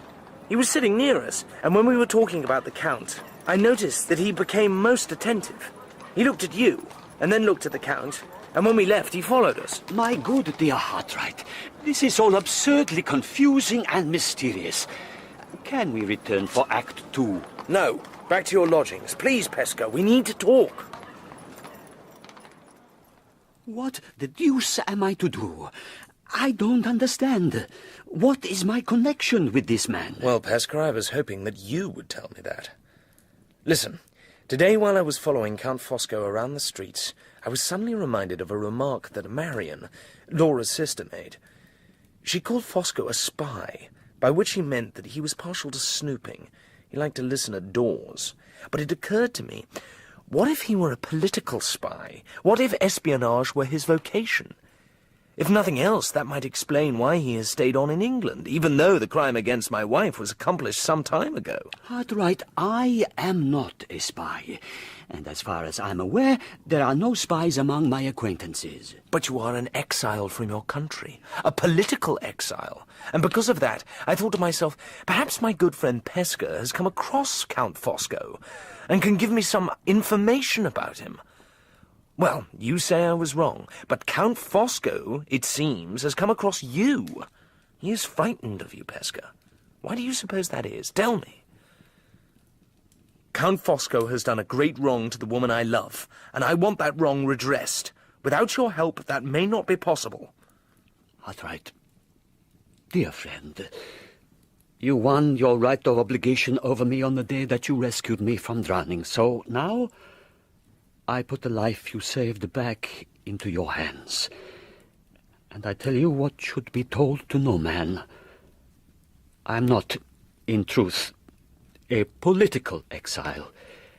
I was never persecuted by the government and driven out. I belong to a secret society. That is why I am here. I see. Please, go on. The aim of the society is the destruction of tyranny and the assertion of the rights of the people. I joined it in my younger days on an impulse, and being too zealous, I endangered myself and others in the society. And so I was ordered to England, to wait here, in case my services were needed. I am waiting still. I wonder, Pesca, what would happen to someone who betrayed the society? He would die. No human laws can protect him. Is there any way in which the society's members can be identified? There is a mark which each of us bears. It is branded upon the left arm. I will show you. It is a very small mark, but it lasts for life. From the Count's conduct this evening, One might guess, perhaps, that he too bears this mark upon his arm. One might guess, perhaps, that he has betrayed his comrades, and that the betrayal lies heavily upon his soul. Perhaps. 10 o'clock. I must go. And I will tell you where I must go, dear friend. To the Count's place of residence. Now? Yes, if I wait till the morning, he may have fled. Pesca, should I not have returned here by 9 o'clock tomorrow morning, you may assume that I have risked all and lost all. I urge you now, for the love that you have borne me, if I do not return, use the power entrusted by the society to which you belong. Use it, I urge you, against my enemy. Use it without mercy and without delay. Within 15 minutes I was approaching the gate of Count Fosco's house. I rang the doorbell, and was at length shown into the sitting room. Bags, boxes, papers and clothes were scattered around. On a table stood a cage in the shape of a pagoda, in which a number of white mice were secured. Amidst this scene stood the Count. Mr. Hartright. Count Fosco. We know each other by reputation. Yes. I am fortunate, I think, in finding you here tonight. You seem to be on the point of taking a journey. I am. Do you know why? Oh, yes. I know why. I can show you why, if you like. All you need do is roll up the sleeve of your left arm. Mr. Hartright. I assure you, you will see the reason there. Before you came to this house, Mr. Hartright, did it by any chance occur to you that I am not a man you can trifle with? Count Fosco, I am not here to trifle with you. I am here on a matter of life and death. But whose life and whose death? I would advise you, sir, do not be imprudent. Sir Perceval may not have given you much opposition, but you are face to face with Fosco now. Before you think of using that gun, Count Fosco, just wait a moment, please. As you wish.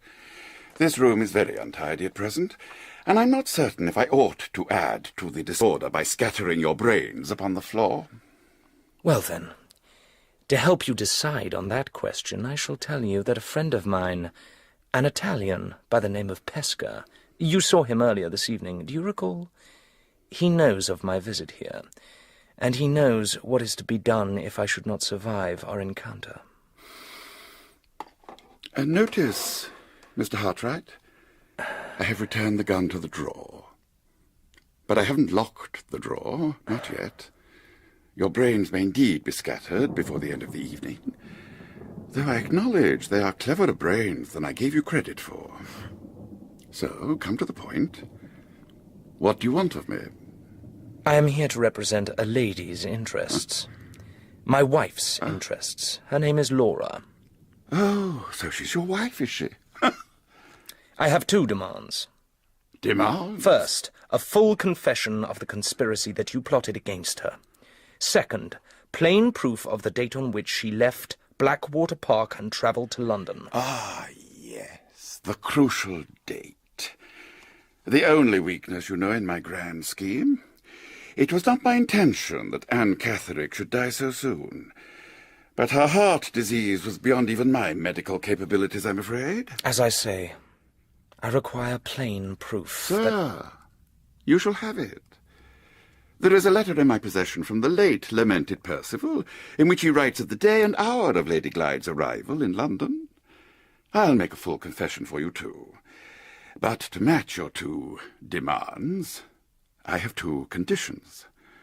First, you will let me and Madame Fosco leave this house. Second, you will remain here in the company of my man of business a full half an hour after we have departed. Well, I accept your conditions. Excellent. Excellent. So, to work. Pens, paper. One of the rarest of intellectual accomplishments, Mr. Hartright, is the ability to arrange and express one's ideas. I possess it in abundance. Do you?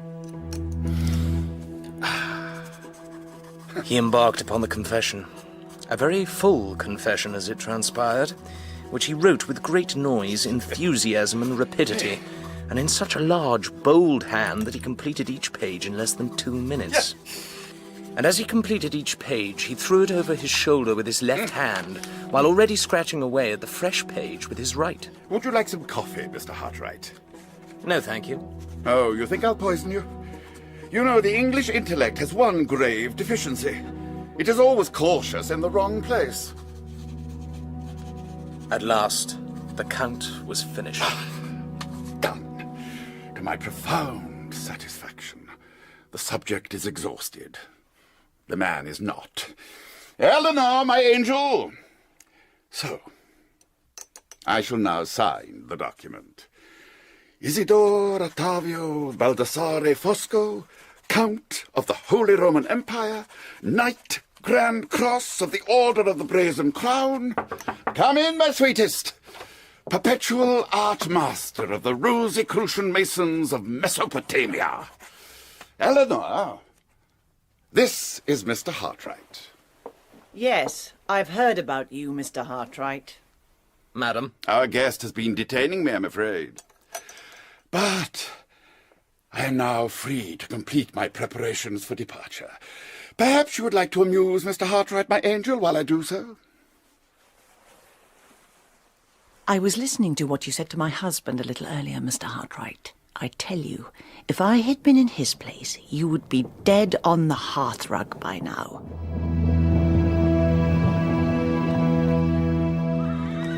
The packing was completed. Count Fosco's confession and Sir Perceval's letter lay safe in my pocket.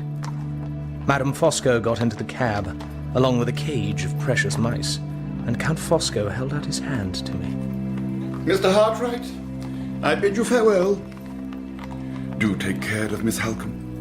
Admirable woman. Take very good care of her, sir. A week later, no more, I travelled up to Limmeridge to confront Laura's uncle. Mr. Hartright, this is all very troublesome. She is not dead, Mr. Fairley. And these documents, I trust, will convince you.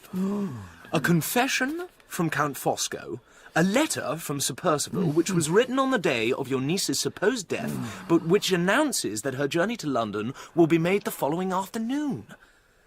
I have obtained numerous supporting statements, too. From Marian, from Mrs. Mitchelson, the housekeeper at Blackwater Park, from Mr. Gilmore. Sir, Laura is not dead.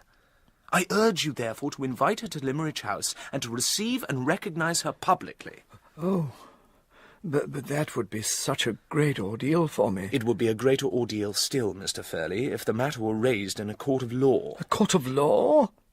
Heavens, are you trying to hurry me to my grave? Does Laura, if it is Laura, contemplate stopping here, I wonder, after I have publicly acknowledged her? No, sir. Very well. Nor will Marian be stopping here, nor will I. You, sir? Why on earth would you be stopping? Well, Laura and I are married. Married? Yes. I take it that you wish us both your heartiest congratulations.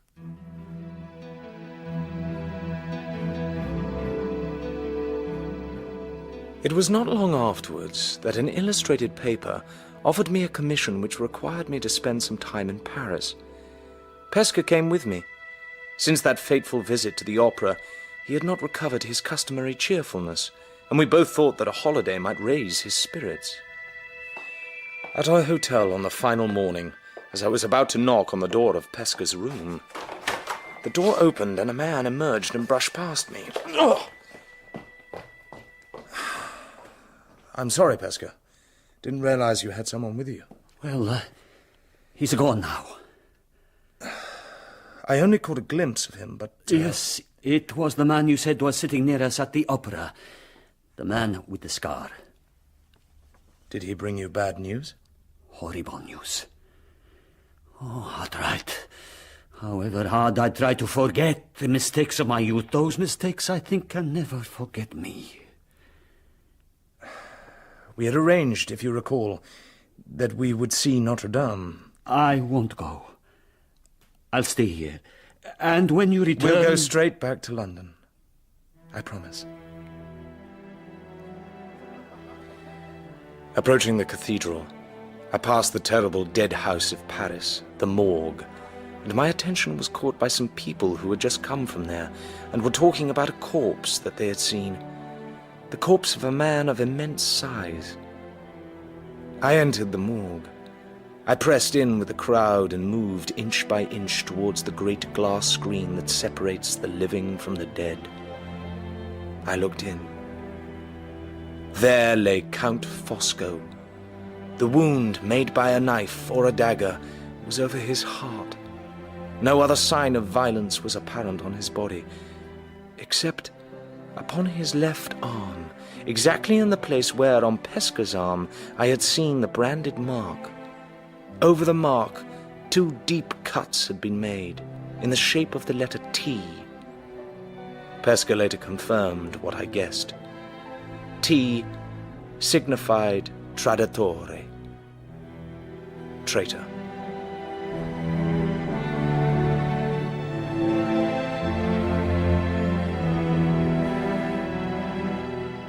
Our demons at last had been laid to rest. We lived simply and quietly together, the 3 of us, I mean, for Laura and I would not be parted from Marian, nor she from us. And then, in the new year, a 4th member of the family was added, and was christened Walter. One final event I must report. Walter? Yes, my dear? Marian and I... And your little namesake here? We have some news to give you. Well? My uncle is dead. Oh, my dearest. I'm so sorry. He suffered a severe stroke and failed to recover. We received the news from Mr. Gilmore. He has asked us to go to Limerick straight away. Walter, Limerick House is ours. On the journey north, I thought back over past events. I contemplated the curious chance by which my life had become entwined with the tragic story of Anne Catherick. I asked you, sir. Is that the way to London? Yes, it is. Forgive me, I was a little startled by your sudden appearance. I've done nothing wrong, sir. You must not be suspicious of me. And now, I am at Limerick again. I have gathered some flowers from the garden and have brought them to the churchyard. I stand here in the bewitching twilight, and I almost persuade myself that I can see that poor, unfortunate woman kissing the marble cross and beating upon it with her hands. Oh, if only I would die, Mrs. Fairley, and be at rest with you. If only I could be buried here and could wake up by your side when the trumpet sounds. I walk to the cross. I kneel. And I place the flowers, and then I offer a prayer at the grave that holds the remains both of Laura's mother and of the woman in white.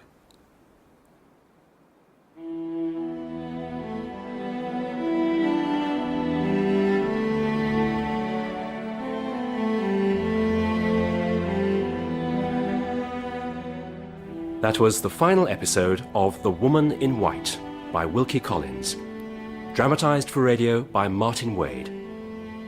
Marian was played by Juliet Aubrey, Laura by Emily Bruni, Walter by Toby Stevens, Count Fosco by Philip Voss, Sir Perceval by Jeremy Clyde, and Mr. Fairley by Edward Petherbridge.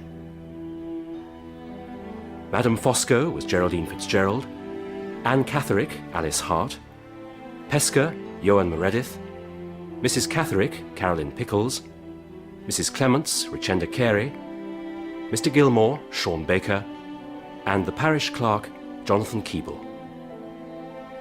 The music was specially composed by Elizabeth Parker. The Woman in White was directed by Cherry Cookson.